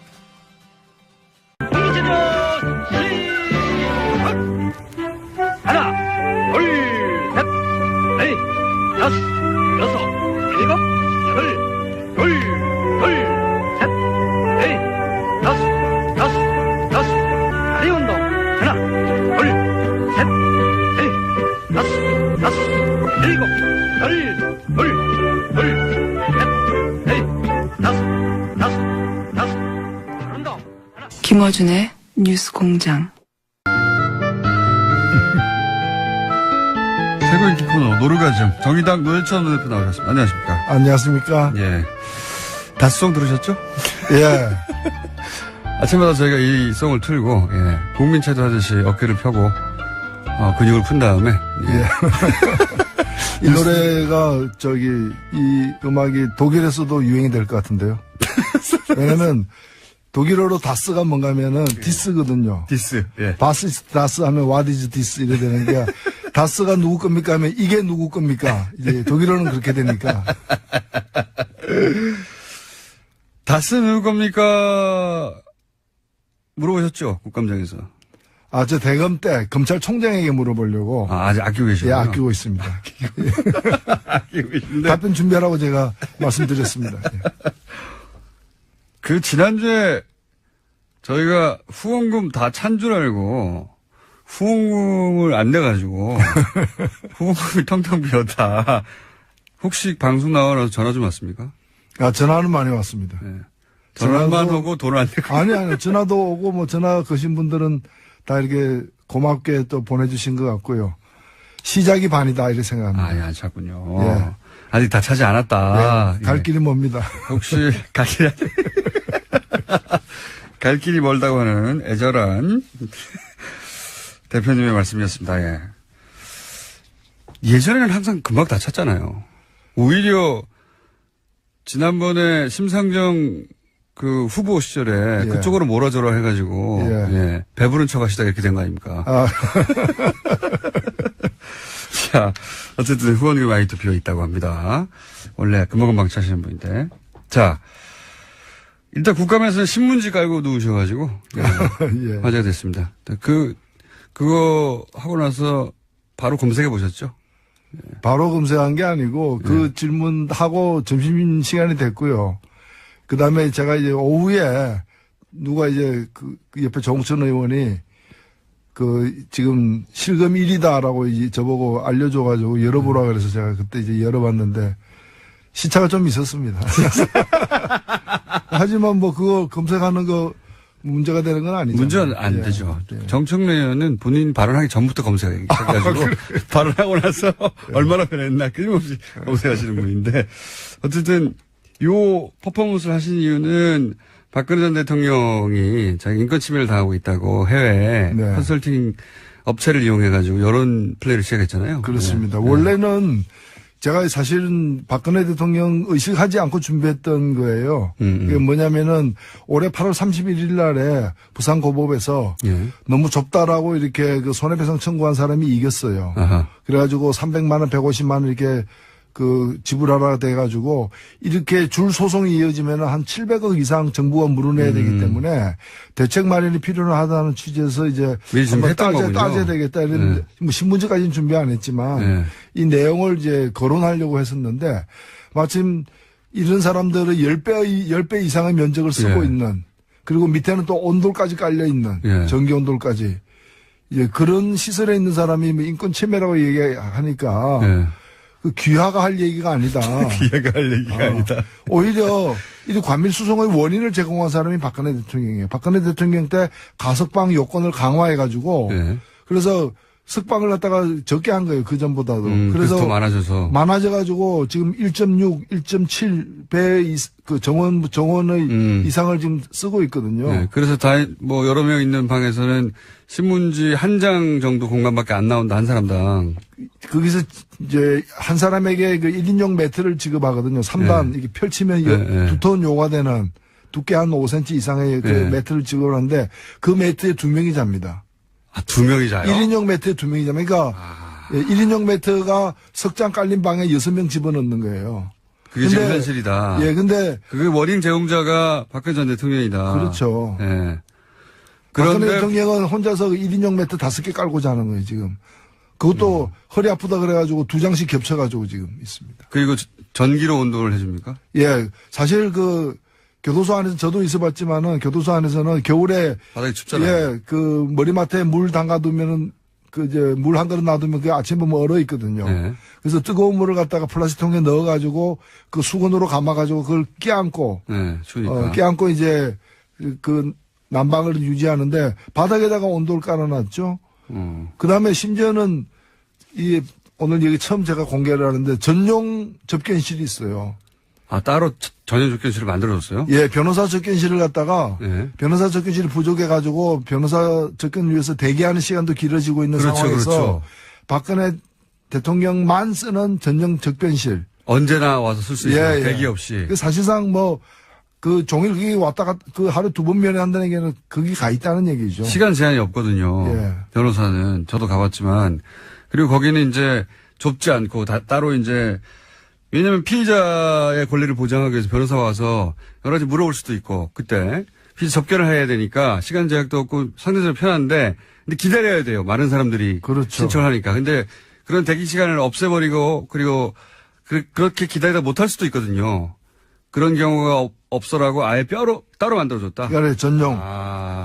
다른 사람이 쓰지 않고 딱 혼자만 쓰는 전용 변호사 접견실도 갖고 있어요. 그럼 거기 와서 있죠. 하루 종일 그냥. 그렇죠.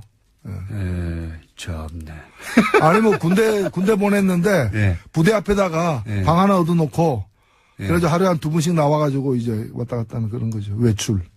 뭐 그런 상황인데 거기서 지금 제 생각에는 그 업체가 이 기본적인 상황을 거의 모른 채 친박 쪽에서 준 자료만 들고. 그쪽 변호사로부터 받은 자료만 가지고 했다고 그럽니다. 드러나면 드러날수록 오히려 불리해지고 실패할 거라고 보긴 합니다만. 어쨌든 거기에 대해서 신문지 퍼포먼스를 하고 본인이 얼마나 언론에 많이 나왔는지 검색하신 분입니다. 이건 어떻습니까? 국감 얘기 나와서 연결해서 얘기하자면 태블릿 PC 또 들고 나왔어요. 김진태 의원이. 근데 거기 들고 나올 걸 예상이라도 하셨는지 또 후드로 펴가지고. 사실 이 태블릿 PC 때문에 사태가 여기까지 온 겁니다. 맞습니다. 결정적인 변곡점이죠. 1년이 됐네요. 10월 24일이었으니까 1년이 됐는데 그런데 이 태블릿 PC에는 실제 증거가 그렇게 많이 있지는 않아요. 결정적인 몇 개가 있는데 그게 나오니까 관계된 사람들이 입을 열지 않을 수 없게 되었고 최순실, 정호성 다 입을 열었어요. 특히 그래서 박근혜 전 대통령이 인정을 해버렸죠. 그때. 그렇죠. 그래서 정치적 자살이라고 제가 표현했었는데. 그렇습니다. 더 많은 증거가 나오게 된 거니까 이제 와서는 이 증거 아니더라도 나머지 증거만 가지고 얼마든지 입증이 가능한데 지금도 여전히 일부 사람들은 태블릿 PC만 없다면은 모든 걸 무효화시킬 수 있다. 그러니까요. 그런 생각을 하기도 하고. 주민등록증 없애면 사람이 없어진다 이렇게 생각하는 거예요. 주민등록증은 그 사람에 대한 여러 증거 중에 하나일 뿐이고 물론 결정적인 증거지만 근데 그거 없어진다 호적 지으면 사람 없어집니까? 그런 게 아니라는 거죠. 그래서 여기에 이제 매달리는. 게다가 그 지우는 노력도 매번 실패해요. 지금 태블릿 PC가 조작됐다고 제기했던 여러 가지 정황들이 다 말도 안 되는 거 있지 않습니까? 그렇죠. 방문 기록을 가지고 그걸 문서를 작성한 기록이다고 이렇게 한다거나 이제 그런 거죠. 폴더가 만들어진 시점을 가지고 파일이 만드는 시점이라고 주장한다든가. 그러니까 그거 안에 사진 폴더에는 최순실 사진 몇 장밖에 없어요. 네. 근데 그거 말고 이제 여러 가지 인터넷 사이트 열어보면은 이미지가 자동으로 남잖아요. 그렇죠. 캐시라고 하는. 그 캐시 파일로 남는데 그걸 갖다 사진으로 혼동해가지고 사진이 1,000몇백 장 있는데 그 중에 최순실 거는 몇 장밖에 안 된다. 그게 그러니까 가짜다. 이게 말이 안 되는 거죠. 컴맹 중에서도 심각한 수준의 컴맹인데 컴맹이면 가만히 있어야죠. 본인이 주장하는 것이 얼마나 바보 같은 건지를 모르는 상태에 모를 정도의 컴맹이다. 혹은 알면서도 친박 진영을 이제 결속시키려고 했거나 둘 중에 하나겠죠. 칸트가 그래서 너 자신을 알라 이렇게. 자기가 뭘 모르는지를 아는 것은 굉장히 어려운 일이에요. 예, 그걸 알면은 반은 해결된 거예요. 자기가 뭘 모르는지도 모르고 있는 상황인 거죠. 일부러 그런 게 아니라면 정말 그 상황이 딱 맞는 겁니다. 이것도 모른 채 이런 주장을 하나? 국감에서 굉장히 세게 주장했거든요. 그래서 제가 얘기를 했습니다. 제가 한글 파일을 갖다가 아니 드레스덴 연설이 2014년인데 이제 그걸 이제 2016년 10월 18일 날 열어본 걸로 돼 있는데 그 열어본 그 시각에 대해서 문제를 제기하는 거예요. 그래서 그게 입수한 그 열어본 시각이 오후 5시경인데 그게는 마지막 열어본 시각으로 오전 8시로 나와 있어가지고 9시간 시차가 있었다. 시차가 있다. 그래서 제가 그걸 미리 알아봤어요. 전문가에게 물어보니까 한큰 뷰어의 그 내부 기록은 그 영국 표준시, 그리니지 표준시로 되기 때문에 9시간 차이가 날 수밖에 없다. 이제 그 얘기를 해줬거든요. 해줬는데도 아니라고 이제. 무슨 얘기냐면, JTBC에서 이걸 이제 폭로하기 전에 열어봤을 거 아닙니까? 열어봤는데, JTBC에서도 오후 5시에 열어봤다고 했거든요. 그렇죠. 마지막으로. 그리고 실제 오후 5시에 열어봤다고 주장하고 검찰도 그렇게 쭉 기록이 돼 있는데, 태블릿 PC에는 그보다 9시간 일찍 그 시간이 기록되어 있는 거예요. 마지막에 열어본 시간이. 그래서 이제 이 시차가 나니까 김진태 의원은 이거 뭐 조작된 거다. 그 사이에. 그렇게 했는데 이 프로그램은 한글을 읽는 프로그램은 그 시각 기록을 영국 표준 시각으로 설정해 놓은 거예요. 그래서 지금 만약에 열어봤다 그러면 지금 8시니까 어제 밤 11시에 열어본 걸로 기록이 되는 겁니다. 그거는 그냥 한글이 그렇게 정한 거예요. 한글에다가 그러니까 따져야 될 거를. 항의하려면 한큰 뷰어에다가 항의를 해야죠. 그렇죠. 왜 이렇게 설정했느냐. 그 기준이 있겠죠. 전 세계에서 쓰니까. 네, 그렇겠죠. 예, 전 세계에서 이 프로그램을 쓰니까 아마 한컴에서는, 세계적으로 교민 다 쓰잖아요, 사실은. 그러니까 기준을 아마 일부러 그렇게 정한 것 같은데, 그걸 가지고 왜 이렇게 정했냐, 이 조작이라고, 김진태 의원이 주장을 하다가, 노회찬 대표님에게 혼이 났죠. 혼이 났는데도 계속 주장했어요. 그 뒤에는 제가 그래서 제가 틀렸으면은 제가 사과하겠다. 근데 지금 자유한국당 의원들 틀린 게 확인되면은 저한테도 사과하고 따져 물었던 서울지검 3차장에게도 사과해라. 라고 얘기를 했는데. 사과합니까? 예? 사과합니까? 안 하죠. 아직 안 하고 있습니다. 아직 안 하고 있다. 예. 다른 얘기로 넘어가려고 하겠죠, 이제. 예. 저희가 2부에서도 한번 다뤘는데 큰 사건이 하나 터졌습니다. 뭐냐면, 그 전에 제 생각에는 그걸 가지고 아마 지금 친박이 좀 코너에 몰렸지 않습니까? 당내에서도. 그래서, 친박 스스로 당내에 있는 코너에 몰린 친박들을 위해서도 그런 주장을 한 것 같고, 그리고 이제, 박근혜 전 대통령 인권 침해를 믿고 싶은 노년층에게 봐라. 이렇게 JTBC 태블릿이 가짜가 나와가지고 이렇게 된 것이다라고 그분들을 향한 언론 플레이일 수도 있죠. 그렇죠. 예. 실제 그런 노년층한테 돌아가는 카톡에는 그렇게 국감에서 벌써 이런 게 나왔다고 조작된 게. 그렇죠. 그런 분들은 지금도 보면은 닐 암스트롱입니까? 달 착륙 안 했더라. 그거 다 조작이라더라. 믿고 싶어하는 사람들이 있잖아요. 네, 그것처럼 예. 예. 본인이 믿고 싶은 거를 믿으려고 할 때 그 근거가 되라고 예. 자신들의 지지 기반이니까 서비스를 계속 하는 게 아닌가. 네. 아니면 컴맹 바보거나 둘 중에 하나인 상황인데. 근데 이렇게 친박들이 노력하는 사이에 그중에 홍준표 대표가 그 서청원 의원으로 대표되는 친박 세력을 척결한다고 서청원 대표 나가라 뭐 이런 상황이 벌어지지 않습니까? 네. 가만히 있을 분들이 아니잖아요. 그래서 서청원 의원 쪽에서 반박을 하기를 무슨 소리야. 당신이 큰일 났다 홍준표 대표. 당신이 지금 재판에 대법원에 계류 중인 사건 결정적인 당신이 이제 나한테 일종의 로비를 한 거 뭐 증거 있어 이렇게 촉발된 사건이 벌어졌어요. 이거 어떻게 되거라 보십니까?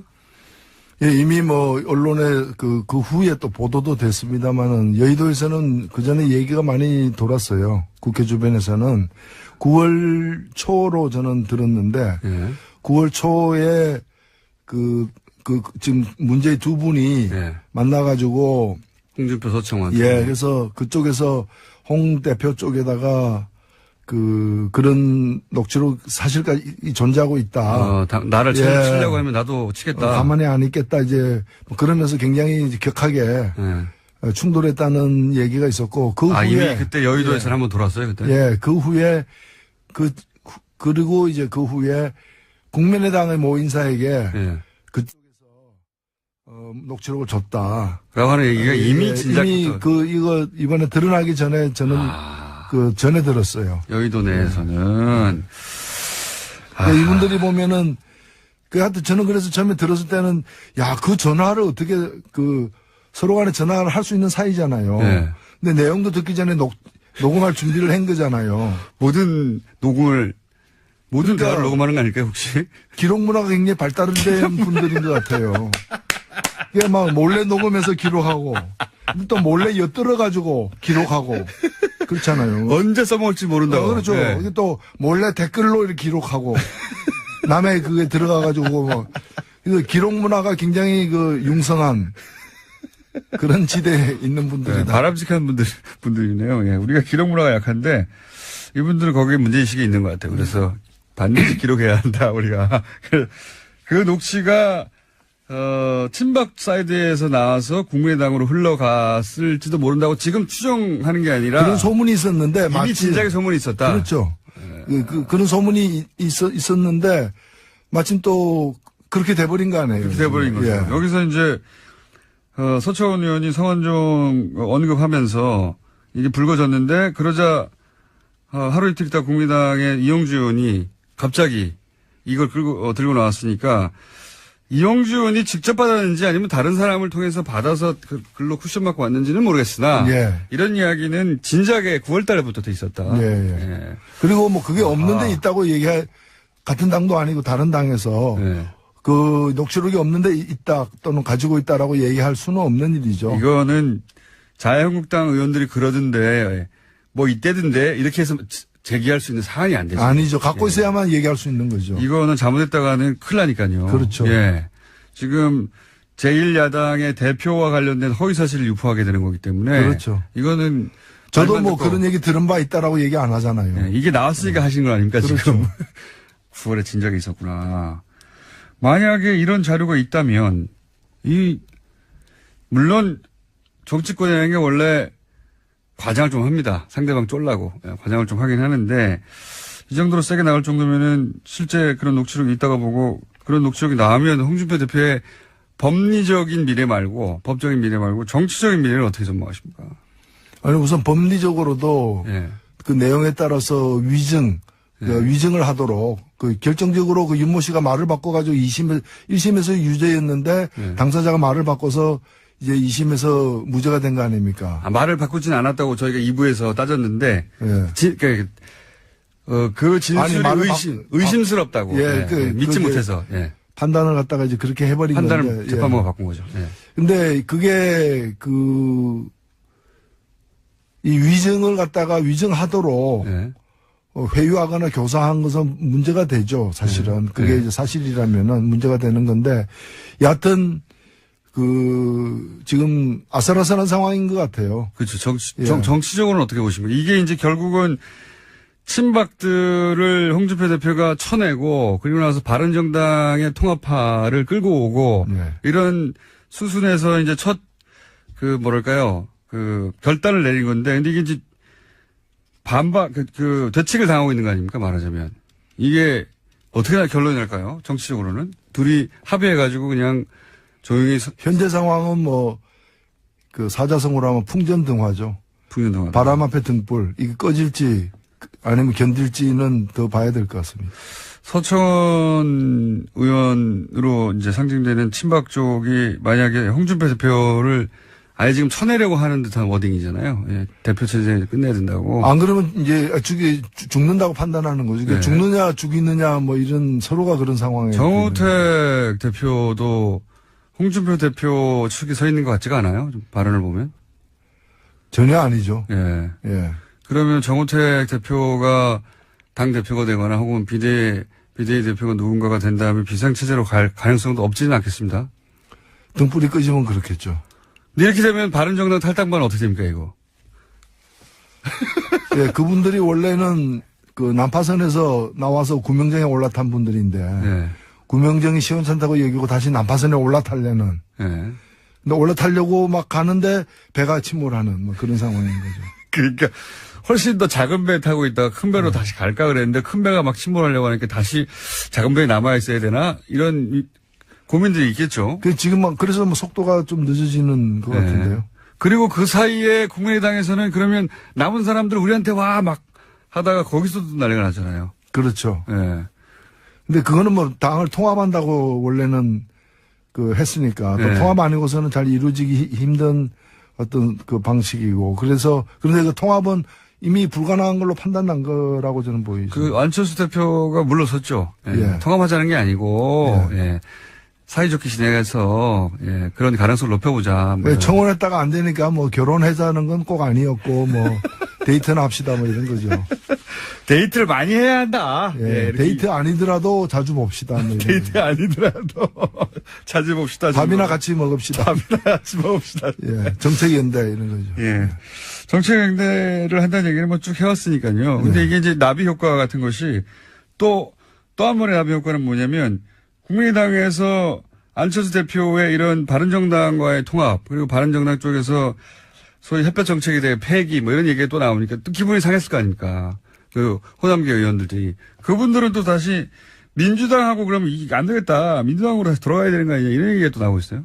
어떻게 될까요 이런? 계속 다음 총선 때까지 이 모든 얘기들이 계속해서 재방송되고 또 되고 추석 설이 올 때마다 되는 재방송하는 그런 식으로 될 것 같아요. 당장은 아무도 안 움직일 것이다 결국은. 아니요. 바른정당 쪽에서 가는 사람들은 좀 있겠죠 아마도. 바른정당에서 자유한국당으로 가는 사람들은 좀 있지 않겠습니까? 있죠. 있는데 그분들도 점점 규모가 적어지고 가는 시점이 조금씩 이렇게 미뤄지고 연기되고 있는데 몇 개의 고비는 있죠. 11월 13일 날 이제 바른당 전당대가 있기 때문에 그 전에 가느냐 아니면 그 이후에 가느냐. 근데 그 전에 갈 걸로 보였는데 지금 가려고 하는 그쪽에서 지금 이제 사돈집 내외 간에 지금 이혼하니 마니 이렇게 싸우고 있으니까 미뤄지고 있는 거죠. 그렇죠. 미뤄지고 있는데 자칫하면 11월 13일도 넘길 수 있다. 그쪽 상황이 어떻게 될지 모르니까. 그러면 바른당 안에서 이제 일종의 별거라기보다는 방을 따로 쓰는 이제 그러나 한 집에는 그대로 있는 상황이 되는 거죠. 어색한 동거가 있을 수 있고 그렇게 어색한 동거가 있으면 국민의당하고도 얘기는 끝나는 것이고 그리고 국민의당이 그렇게 다급하게 돌아가지 않으면 민주당과 동기동계라고 불리는 분들의 혹은 호남계 혹은 친한계가 아닌 분들이 민주당으로 갑자기 합친다든가 이런 일도 사실은 급하게 이루어질 수 없다. 이게 꼬리를 무는 거라, 이, 정계 개편 자체가. 여기에 키는 소위 이용주 의원이 갖고 있다고 하는 녹취록이 역할을 할 것 같습니다, 결국은.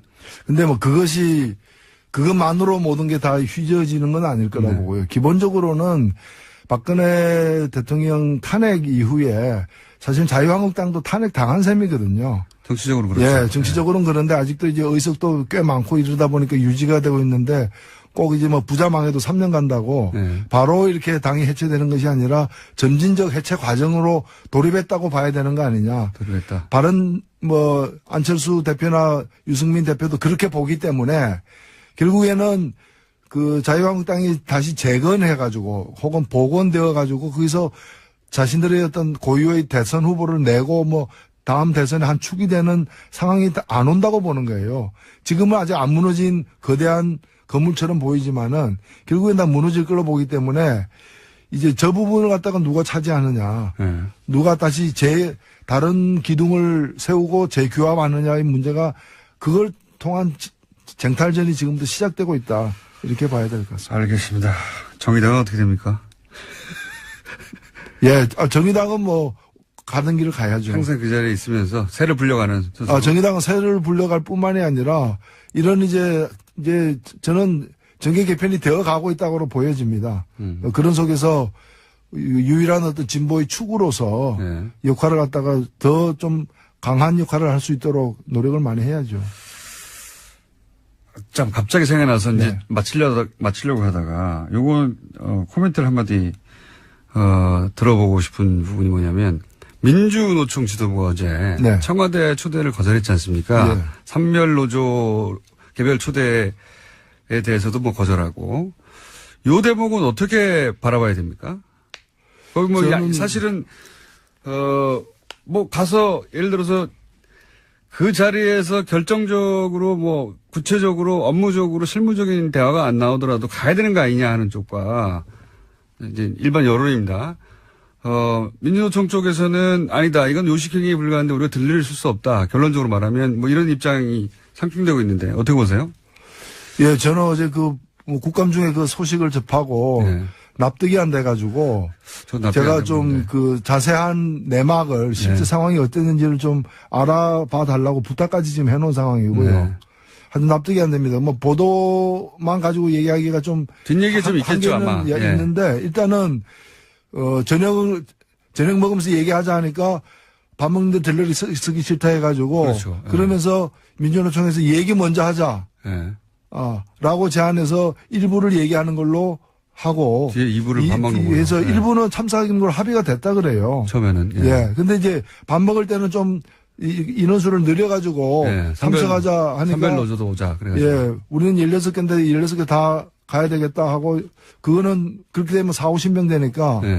대화가 안 되니까. 5개 산별만 오라 뭐 이러면서 잘 안 된 것 같아요. 근데 책임이 어디에 있든 그 이유로 안 됐다는 게 저는 참 납득이 안 가고요. 그러니까 중요한 거는 밥 먹는 게 아니라 대화하는 건데.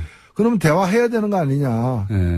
저도 밥 먹는 문제의 의전이나 격식 때문에 더 중요한 대화까지도 파토가 난다면 파토, 전문용어 나왔습니다. 전문용어로 썼나요, 제가? 네, 순식간에 전문용어가 후루룩 지나갔는데.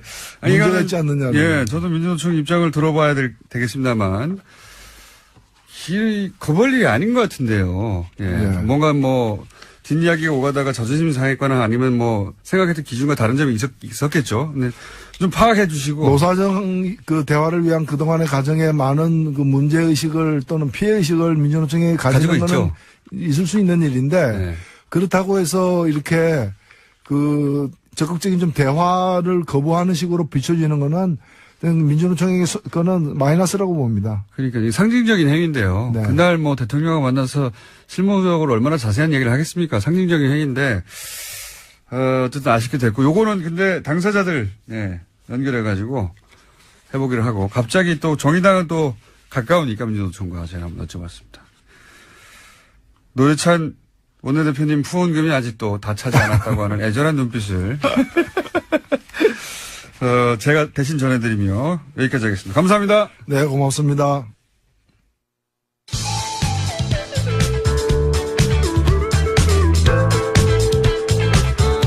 자체 발굴, 과즙 폭통, 김어준입니다.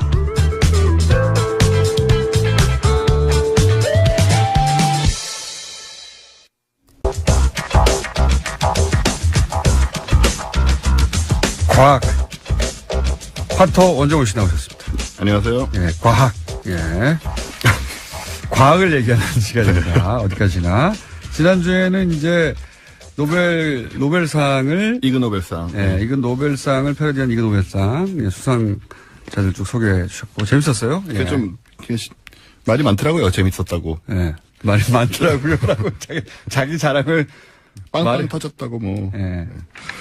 자, 오늘은 뭡니까, 제가? 오늘은 좀 진지한 과학 얘기 하려고요. 지난주 빵 터져 성공시켰으니까. 그렇습니다. 당분간은. 네. 일단 부담을 덜고. 이그 노벨상 말고 노벨상이라는 게 있잖아요. 진짜 노벨상. 네. 진짜 노벨상이 올해 이미 수상됐으니까. 예, 다 나왔는데 저희는 이제 과학상 얘기만 살짝 드리면 과학상 세 가지 분야가 있죠. 물리, 화학, 물리, 화학, 생리의학상 세 가지 분야가 있는데 일단 이게 되게 전문적인 내용이라 이게 무슨 말인지 몰라요. 저도 잘 모릅니다. 네.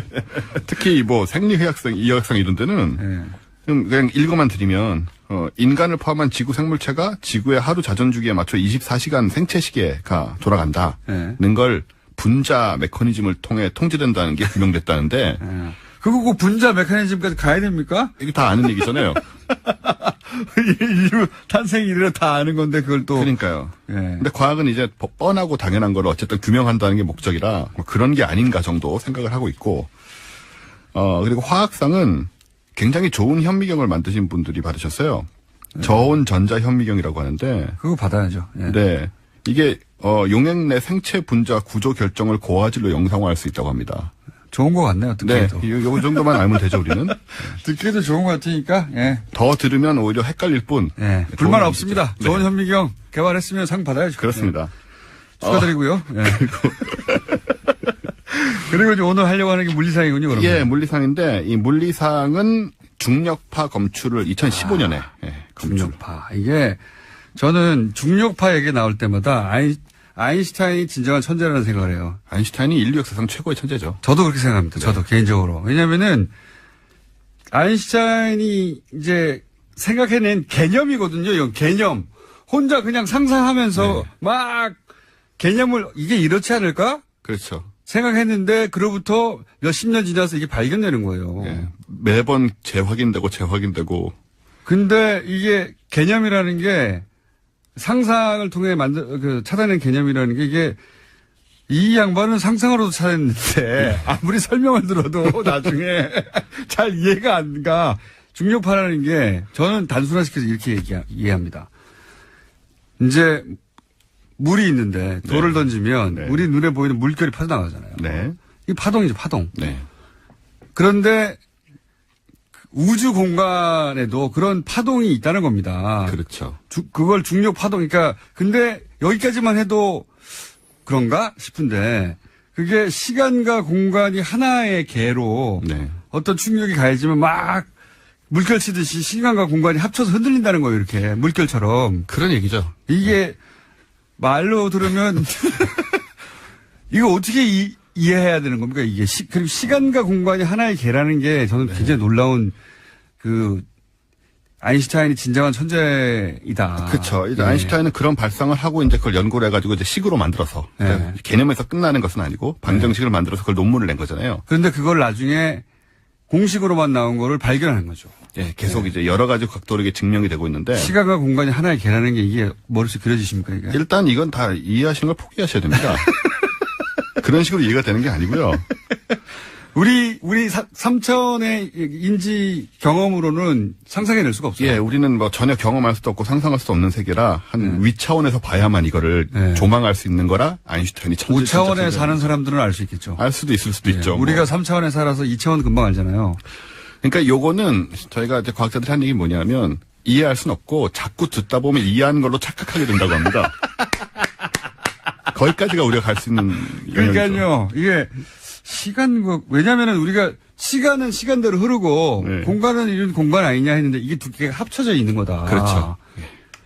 시간과 공간이 합쳐져 있다는 거예요. 시공간이 합쳐져 있다는 건 이제 수학으로 보자면 이걸 이제 양쪽 변을 이퀄로 놓을 수 있다는 얘기가 되는데. 그러니까요. 자, 이게 뭐 자세한 어떻게 이해가 가겠습니까? 이게 시간과 공간이 짬뽕돼 있다는 게. 그러니까 오랫동안 그런가 보다 하시면 나중에 이해한 것처럼 됩니다.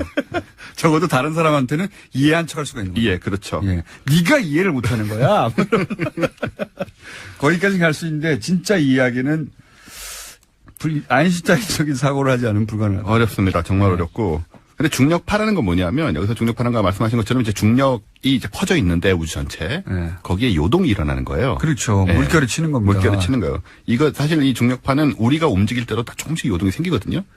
그렇다는 거죠. 지금 이론상으로는. 예, 물론 전혀 알 수는 없고 검증기로 검출할 수 없지만 이론상으로는 요동이 일어나야 됩니다. 근데 너무 적어서 그래서 이걸 중력파를 검출하려면 엄청나게 큰 중력이 뻥 하고 움직였을 때 질량이 그때만 이제 그 요동을 감지할 수가 있는 거죠. 관측될 것이다 하는 예언이 있었죠. 근데 관측이 된 거죠. 그렇죠.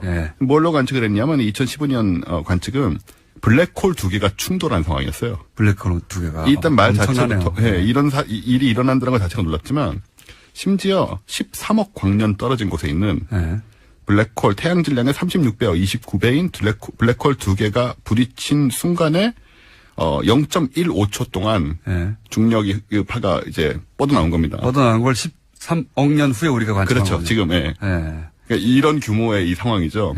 이건 뭐 사람 인생하고는 아무 상관이 없어요. 아인슈타인이 맞았다 이거예요? 그리고 그걸 관측해낸 사람이 누굽니까? 관측해낸 사람은 이번에 상세 받은 분은 세 분인데 킵손 교수라고 인터스텔라 때 자문이라고 이름 많이 나왔습니다. 네. 그랬던 것 같네요. 그리고 이제 라이너 바이스 MIT 명예교수, 베리 씨 칼튼 명예교수 이렇게 세 분이 공동 수상을 하셨고. 그렇군요. 네, 킵손은 원래 이제 이론적으로 이게 있을 것이다. 아인슈타인의 이제 부분을 좀 자세하게 이렇게 소개를 한 분이고 나머지 분들은 검출하고 관련된 분들인데요. 이 검출도 어떻게 하냐면 길이 4km짜리 양쪽으로 4km짜리 양쪽으로 L자 모양으로 된 검출기가 있어요. 여기 이제 레이저 광선을 써가지고 계속 거울이 양쪽에 있거든요. 거울이 반사되는 그 레이저의 그 궤적이 왔다 갔다 하는 시간. 그렇죠. 궤적이 정확하게 생길 거 아니에요. 길이하고. 요게 아주 조금 흔들리는 순간을 잡아서 중력파가 거기서 지나가니까 닿았다. 네네. 지나갔다를 찾아내는 거구나. 근데 이게 쉬운 게 아닌 게 뭐냐면 옆에 뭐 트럭 지나고 사람 뛰어가고 그러잖아요. 그거 다 땅이 흔들리거든요. 그렇죠. 그거 구분해야 되는 거니까. 다 구분해내야 되는 거니까 보통 정밀한 기계가 아닌데 요걸 미국에서 이제 2개를 만들어 놓고 2개가 이제 동시에 검출하는 이런 상황이었고. 근데 더 중요한 건 뭐냐면 제가 오늘 얘기 드리고 싶은 요지는 2분밖에 남았는데 그 2년 후에 우리나라에서 또 8월 달에 뭘 관측했냐면 이게 인류 과학 역사상 초유의 일인데요. 이번엔 블랙홀이 아니고 중성자별 2개가 부딪히는 거를 가지고 이 중력파를 검출했는데 중력파뿐만 아니고 이게 블랙홀은 안 보이니까 눈으로 안 보이잖아요. 그러니까 눈으로 보는 빛이 안 나와요. 그런 상황에서. 근데 중성자별은 부딪힐 때 눈으로 보는 빛이 나오고 감마선, 엑스선 다 나오거든요. 이걸 한꺼번에 다 본 거예요. 최초로. 우리 전문대에서. 우리 전문 연구진이. 물론 이제 이런 기계를 쓴 거지만. 이분들은 왜 노벨 상을 못 받았나요? 일단은 얼마 안 돼서 못 받았기도 했겠지만 아직. 요거 밀어야 되겠네요. 그리고 문제는 이제 중력파 검출이란 거는 일단 있었던 거니까 거기에 대해서 훨씬 자세한 뭔가 오감 관측이란 말을 해요. 근데 이게 좀 이미 지났으니까. 일단 거기는 누가 먹었기 때문에 검출 자체는 이쪽 바닥은 조금 좀 받긴 힘들어요. 새로 받기는. 아니 근데 저는 이런 뉴스를 볼 때마다 이거 다 돈 안 되는 겁니다. 근데 우리나라의 이 과학과 관련된 투자들은 항상 이걸 상업화를 했냐 못했냐 가지고 그렇죠. 따진 게 많아요. 많죠. 이번에 우리 독자적으로 달 착륙하겠다고 로켓 개발하는 거 있거든요. 아시는 분은 아실 텐데 거기에 대해서 최근에 MBC가 이거 상업화 실패하고 있다.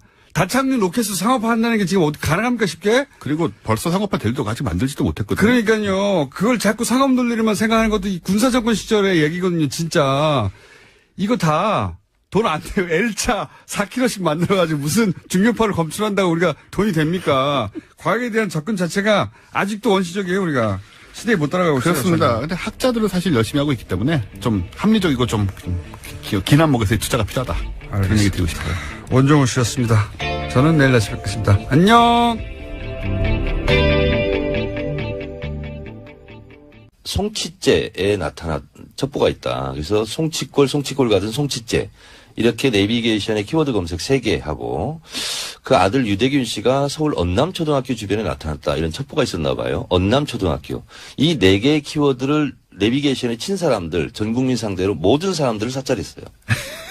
그래서 이제 그걸 경찰청장에게 질의를 했고 경찰청장을 인정하고 그러니까 뭐 예를 들어서 당사자거나 당사자의 주변의 인물이거나 몇백 명 할 수 있는데 그게 아니라 전 국민을 다 했다는 거죠. 그래서 이제 그런 문제 제기를 했고, 실제 그게 굉장히 당시에 이제 그 카톡이라든가 밴드 사찰과 맞물려서 전 국민을 상대로 거의 모든 영역에 사찰이 이루어진다.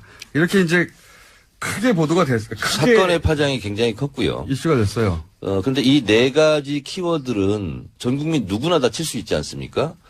근데 문제는 이 네 가지 키워드를 친 사람 모든 국민을 대상으로 2차 목적지, 3차 목적지. 그러니까요. 이것까지 다 사찰한 거예요. 게다가 이제 예를 들어서 카톡은 무슨 뭐 검찰이나 경찰에서 혐의가 있는 사람들한테 할 수 있죠. 근데 문제는 그 카톡 그 당사자뿐만 아니라 그 사람이 이제 카톡을 하면서 연결되어 있는 사람들 있잖아요. 그 카톡의 네. 사람과 꼭 카톡을 했던 네. 다른 제2, 제3자들까지 모두 다 사찰했죠. 그러니까 이제 그 사람과 대화를 한 사람의 카톡을 또다시 또 열어보고 그 사람과 대화한 사람을 또다시 열어보고 이렇게 이제 그 혐의에 국한해서 하지 않고 광범위하게 사실상 정무위원을 상대로 한 사찰을 마찬가지로 했다. 문제 제기를 했어요. 잘했어요. 근데 정청래의원은 본인이 잘했기 때문에 기사가 200개가 넘게 났기 때문에 검색했을 거 아니겠습니까? 내가 얼마나 잘했는지. 아니 일단 실검이 안 올라와요. 내비게이션 사찰 보통 이게 실검이 올라오게 돼 있거든요. 기사가 200개 이상이 쏟아졌거든요. 국감에서 200개 이상이 쏟아지는 기사가 별로 없습니다. 그건 대박이라는 거죠. 국감에서 화제가 분명히 됐고. 그런데 이제 본인이 잘했기 때문에 이제 얼마나 기사가 많이 나는지 찾아도 보고 아니 검색어도 안 올라오고. 아무리 기다려도 안 올라와요. 게다가 검색 실검에도 안 올라오고. 노출이 안 되지 이렇게. 너무 억울한 거죠. 그죠? 억울하셨죠? 억울하고 분했죠. 섭섭하고 억울하고 분해가지고 그러니까 이제 정청래 의원은 잘못 걸린 거죠. 이분은 뭐 기사가 이렇게 중요도 있게 취급이 안 됐나 보다 이렇게 생각하고 넘어가야 되는데 그럴 리가 없어. 이거 받아들일 수가 없어. 난 너무 억울해. 그래서 밤새 쳐다본 거야. 캡처하고 어디가 있나. 그래서 드디어 새벽 2시 14분에 제가 찾았어요. 찾아가지고 네이버 다음을 다 들어가서 봤어요.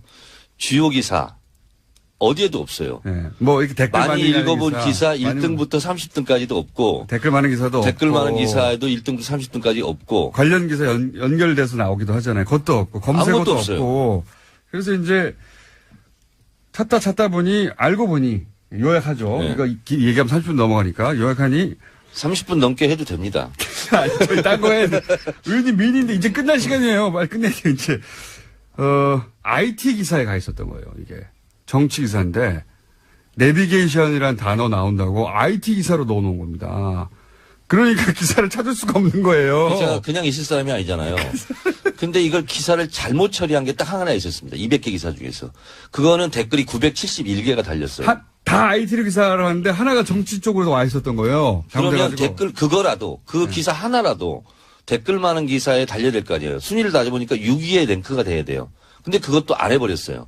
순위에도 그러니까 하나가 우연히 삐져나갔나 봐요. 아니면 기사가 나중에 나왔구나. 하나는 잘못 처리했겠지. 어쨌든 키핑을 못한 거예요.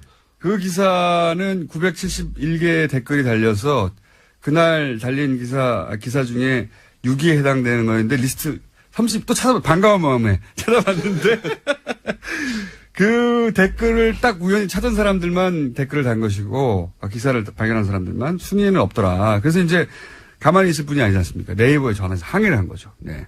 항의를 해가지고 그래서 와서 해명을 했어요. 네. 그랬더니 상당히 겸연쩍은 표정으로 사과를 하고 갔어요. 들었어요? 일단 들어보시죠. 하나, 둘, 셋, 넷, 다섯, 여섯, 일곱, 여덟, 둘, 셋, 넷, 다섯. 다리 운동. 하나, 둘, 셋, 넷, 다섯, 일곱, 둘, 셋, 넷, 다섯. 점점 이제 모든 숫자가 다수로 바뀌어요. 네. 첫 번째 잘 들어보시면 하나, 둘, 셋, 넷, 다섯이 아니고 다섯 하고 점 나오고 네. 두 번째는 다스 두 번 나오고 네. 예. 점점 다스가 많이 나옵니다. 누가 만든 겁니까? 아니 제가 생각이 냈죠. 제작은 저희 PD. 예, 제작을. 저희 책임 PD가 할 일이 없어요. 그래서 이런 거 만들고 있고요. 어제 갑자기 생각이 나가지고 이거 국민 체조성이 필요하다. 그래서 이제 전통의 국민 체조성에다가 다섯을 다스로 갖고 와가지고 전 국민이 뒤로 쫙 있거든요. 1분 정도 돼요, 이 노래가. 뒤에가 뭐 그냥 계속. 다스밖에 안 나오겠네요. 다스합니다. 자, 다스 체조송, 저희가 매일 틀어드리겠습니다. 다스가 또 이름을 바꾸는 게 아닌가 싶어 걱정이 되는데요. 다음 뉴스는 뭡니까? 네, 2012년 12월에 발각되었던 국정원 댓글 사건이 있었는데요. 당시에 경찰이 중간 수사 결과 발표했었습니다. 그런데 그 시점이 묘연해서 굉장히 그 당시에도 의혹이 많았는데 대선 직전, 그러니까 박근혜 문재인 당시 후보의 마지막 토론회의 날이었습니다. 그래서 이에 대해서요, 검찰이 수사에 다시 들어간 건데요. 경찰이 2012년 12월 16일 밤 11시에 관련 자료를 배포했었습니다. 그런데 불과 10분 뒤에 국정원도 보도자료를 냈었는데요. 이와 같은 상황이 모의하지 않으면 불가능했다라고 검찰이 보고요. 관련된 수사에 들어간다라는 겁니다. 하여튼 복잡하게 지금 좀 사실관계를 전했는데 한마디로 말해서 대선 3일 전에 그리고 마지막 토론의 날 경찰이 발표를 합니다. 예, 댓글 사건 사실이 아니라고, 사실상. 네, 대선 개입이라는 비판이 있었습니다. 아무것도 비방 댓글이 발견되지 않았다고, 예. 개뻥이죠. 네, 이것도. 중간 수사 결과 발표라는 아주 이례적인 발표를 중간 사서 발표를 이런 게 한 적도 없고, 예. 그리고 국정원도 바로 이어서, 예, 보도자를 냅니다. 민주당을 특정해가지고 사실 무근으로 드러났기 때문에, 왜냐면 경찰 발표가 있고, 민주당, 국정원은 10분 있다가 또 발표를 해요. 민현사상 책임을 묻겠다고. 다 짜고 치는 고스톱이었죠. 예. 그리고 나서 저도 이때 시발단 얘기해가지고 새누리당하고 국정원하고 임목사하고 변희재 씨하고 뭐 온갖 직 관련 당사자들한테 고소고발을 그때 당했어요. 예. 후루루 쏟아졌습니다 그때 정말. 국정원이 특정 정당에게 정보기관을 국기문란 사건으로, 예. 아니죠. 정보기관을 이렇게 악용했다라고 오히려 주장을 하고 있었죠. 공격한 것에 대해서, 예. 국기문란 사건이라고 보고 민원상 책임을 지겠다고 묻겠다고 국정원 했었죠. 그 고소고발 했어요. 예, 댓글 사건이 국기문란 사건인데 오히려 이것에 대해서 문제 제기한 게 국기문란이다라는 적반하장격 주장을 했던 그리고, 거죠. 그렇죠. 예. 박근혜 후보가 또 토론회 안에서도 유사한 얘기를 했습니다. 책임지라고. 사실이 아니면 당시 문재인 후보에게 사실이 아니면 책임지라고 해놓자마자 이렇게 우르륵 나온 거예요. 예. 이거는 뭐 당시에 너무나 이상한 일이었고 의혹이 당연히 있었는데 이제 소위 요게 국정원이 직접 개입해서 이걸 만들어낸 게 아니냐. 예. 경찰의 결론도 여기까지 가고 있는 거죠? 네. 네, 왜냐하면 이 상황에서 커넥션 역할을 했던 인물로서요. 박원동 전 국정원 국익정보 국장이 지목되고 있습니다. 이 인물 같은 경우에는 지금 현재 출국 금지가 되어 있는데요. 관련된 수사가 진행되고 있고 검찰은 이번 주 안에 구속영장 청구할 계획이라고 합니다. 알겠습니다. 어제 네이버 관련해서 저희가 뉴스 잠깐 전해드렸는데 스포츠 연예 부문 네. 거기서는 따로 관리를 하다 보니 안녕하세요. 김어준입니다. 이명박 실소유주 의혹이 있는 다스 경제본사를 취재한 연합뉴스 기사가 어제 포탈 메인을 장식했습니다. 근무한 지 10년 넘었는데 이명박 전 대통령은 한 번도 본 적 없다는 보안팀 관계자 인터뷰 그리고 정치권과 언론에 자주 오르내려 직원들이 동요하거나 사기가 떨어질까 봐 걱정하는 다스 측의 우려 경제도 어려운데 열심히 일하는 기업을 너무 흔드는 게 바람직하지 않다는 인근 관계자의 안타까움이 기사의 내용이었습니다. 그런데 이런 기사라면 다스 실소유주는 이명박 전 대통령이 아니다 하는 취재가 먼저 전제되고 그런 잘못된 주장으로 회사가 손해를 보고 있다. 이렇게 논리가 전개되어야 하는 거 아닌가요? 다스 실소유주는 이명박 전 대통령이 아닐지 모른다는 취재의 전부가 보안 관계자가 10년 동안 못 봤다는 겁니다. 게다가 당사자도 아니고 그렇다고 협력업체도 아니고 진실의 파편이라도 알고 있는 사람도 아니고 그냥 우연히 근처에 주소지를 두고 있는 인근업체의 누군가가 기업 흔드는 게 바람직하지 않다고 말하는 걸 보도하는 게 어떤 뉴스적 가치가 있는 건가요? 전직 대통령이 연루했다는 의혹이 있는 천억대 주가 조작 사건의 실체적 진실에 대해서 의혹은 사실이 아니었다 혹은 사실이었다. 그걸 밝히는 게 언론의 본령 아닙니까? 적어도 이 시점에는 개인적으로 참 이상한 기사였습니다. 기분도 생각이었습니다.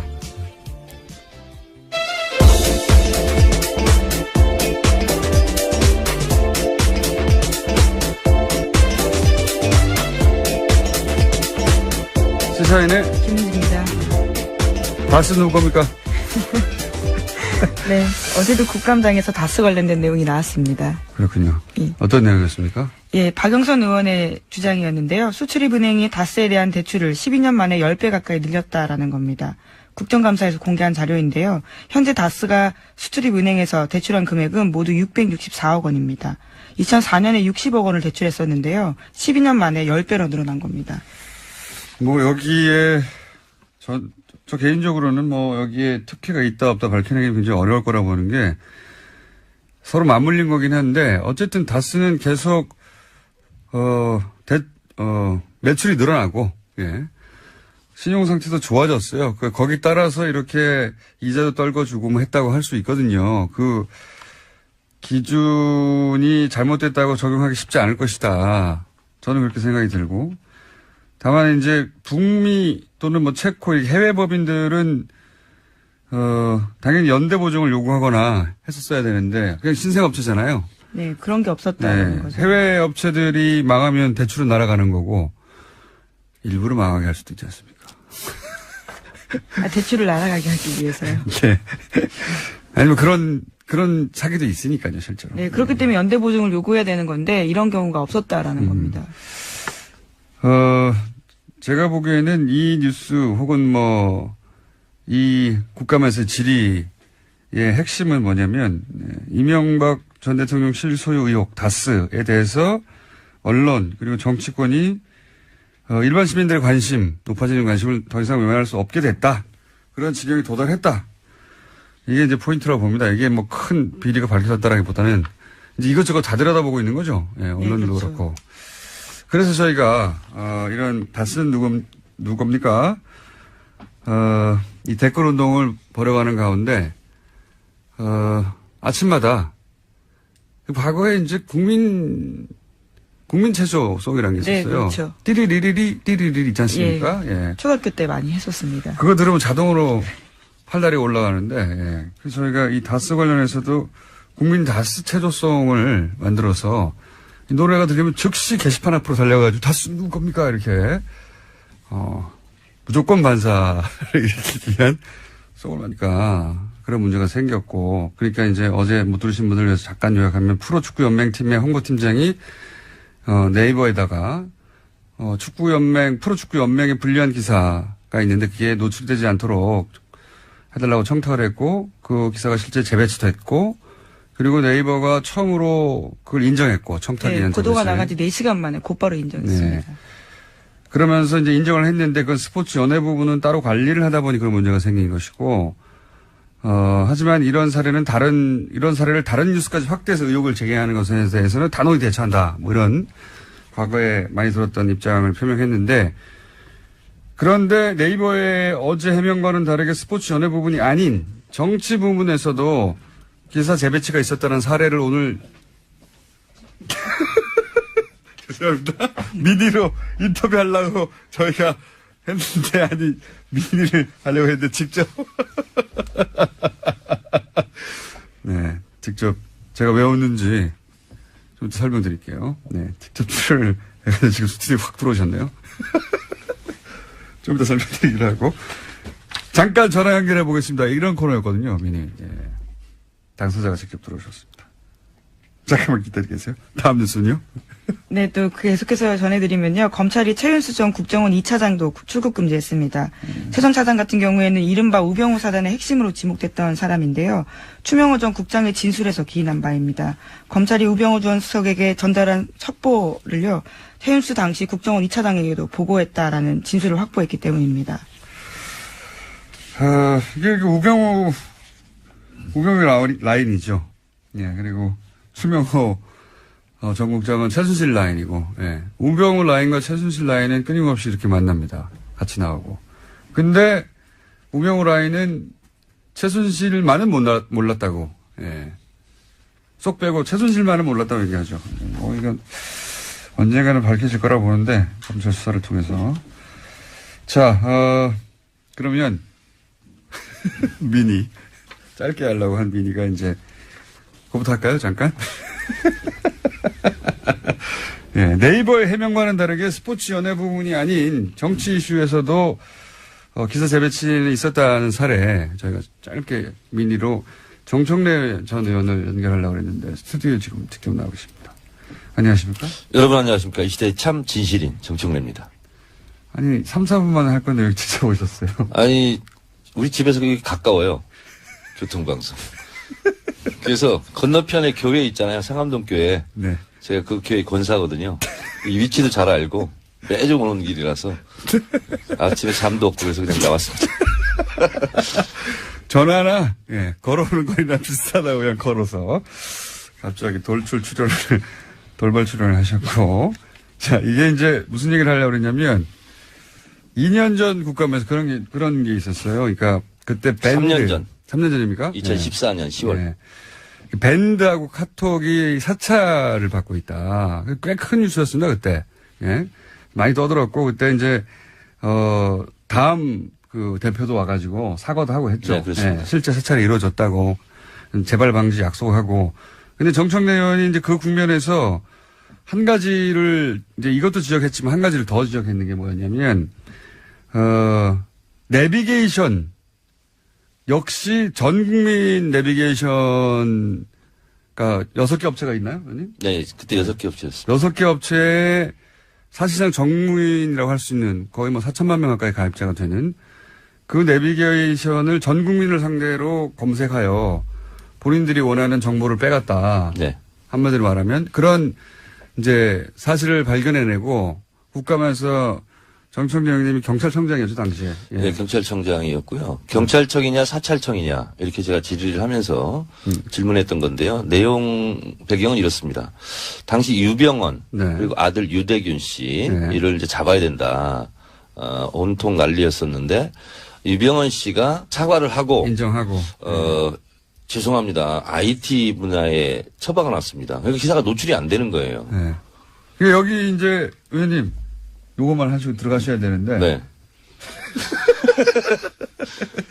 그러니까 이게 첫 번째는 스포츠 연예 기사만 그랬다고 하는데 그게 아니라는 사례는 이미 3년 전에 물론 의원님 개인한테 와서만 그 누군가가 배달해가지고 그 뉴스를 사과를 전했을 뿐 그러니까 모르죠. 의원님만 알고 있습니다. 그리고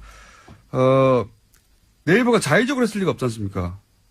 이게 비상지적인 행위니까 누군가 그렇게 하라고 했을 거 아니에요, 그죠? 그러니까 이번에 축구연맹 그 기사 재배치도요 똑같은 방식이에요. 안 보이는데 IT 분야 이런데 처방하는 같은 방식이었던 거예요. 근데 이 경우에는 이해가 당사자가 누구냐? 국정원 같은 곳이거나 사정기관 혹은 뭐 정부 아닙니까? 이 경우에는 그런 뉴스가 정부에 불리하니까. 그러니까 첫 번째는 연예 기사 아닌데도 있었다. 해명과 다르다 지금. 두 번째는 네이버한테 그럴 기사를 재배치하도록 축구야. 프로축구 연맹에서 했다고 쳐요. 누구냐? 있었을 거 아니냐. 그리고 세 번째는 기사 재배치가 아니라 뭐 순위, 노출이라든가 뭐든지 할 수 있는 거 아니냐. 이런 의혹을 잠시 연결해서 3분만 하려고 했는데 직접 나와서 10분 가까이 시간을 까먹고. 하여튼 그 당시 제가 엄청 분했는데 이렇게 억울하게 당하는 기사들이 얼마나 많이 있겠습니까? 그러니까요. 의원님도 이 정도였는데 그런 기사가 이거 하나밖에 밝혀지지 않고 지나간 사례가 과연 없겠는가. 예. 의원님 나가주세요, 이제. 네, 감사합니다. 정청래였습니다. 감사합니다. 네. 다음부터 미니로 해요, 그냥. 네. 예정에 없던 불쑥 등장한 의원님 덕분에 미니가 좀 길어졌습니다. 제가 이렇게 정리만 하고 맞습니까? 요거만 하려고 했는데 예. 코앞에 사시거든요. 코앞에. 예. 정말로. 예. 예, 뭐 시사인 장충기 문자 기사도 그랬었고요. 네. 사실은 그런 의혹들은 여러 차례 아주 많았었습니다. 근데 이제 장충기 사장하고는 직접 통화해서 이 사실관계를 밝혀주지 않을 테지만 이분은 이런 적이 분명히 있어요. 예. 그거 3년 전에 주장도 했고요. 팟캐스트 같은 데 나와서 내가 이런 일을 겪었다. 그 다음에 개인적으로 찾아와서 그 사실관계도 인정을 했다.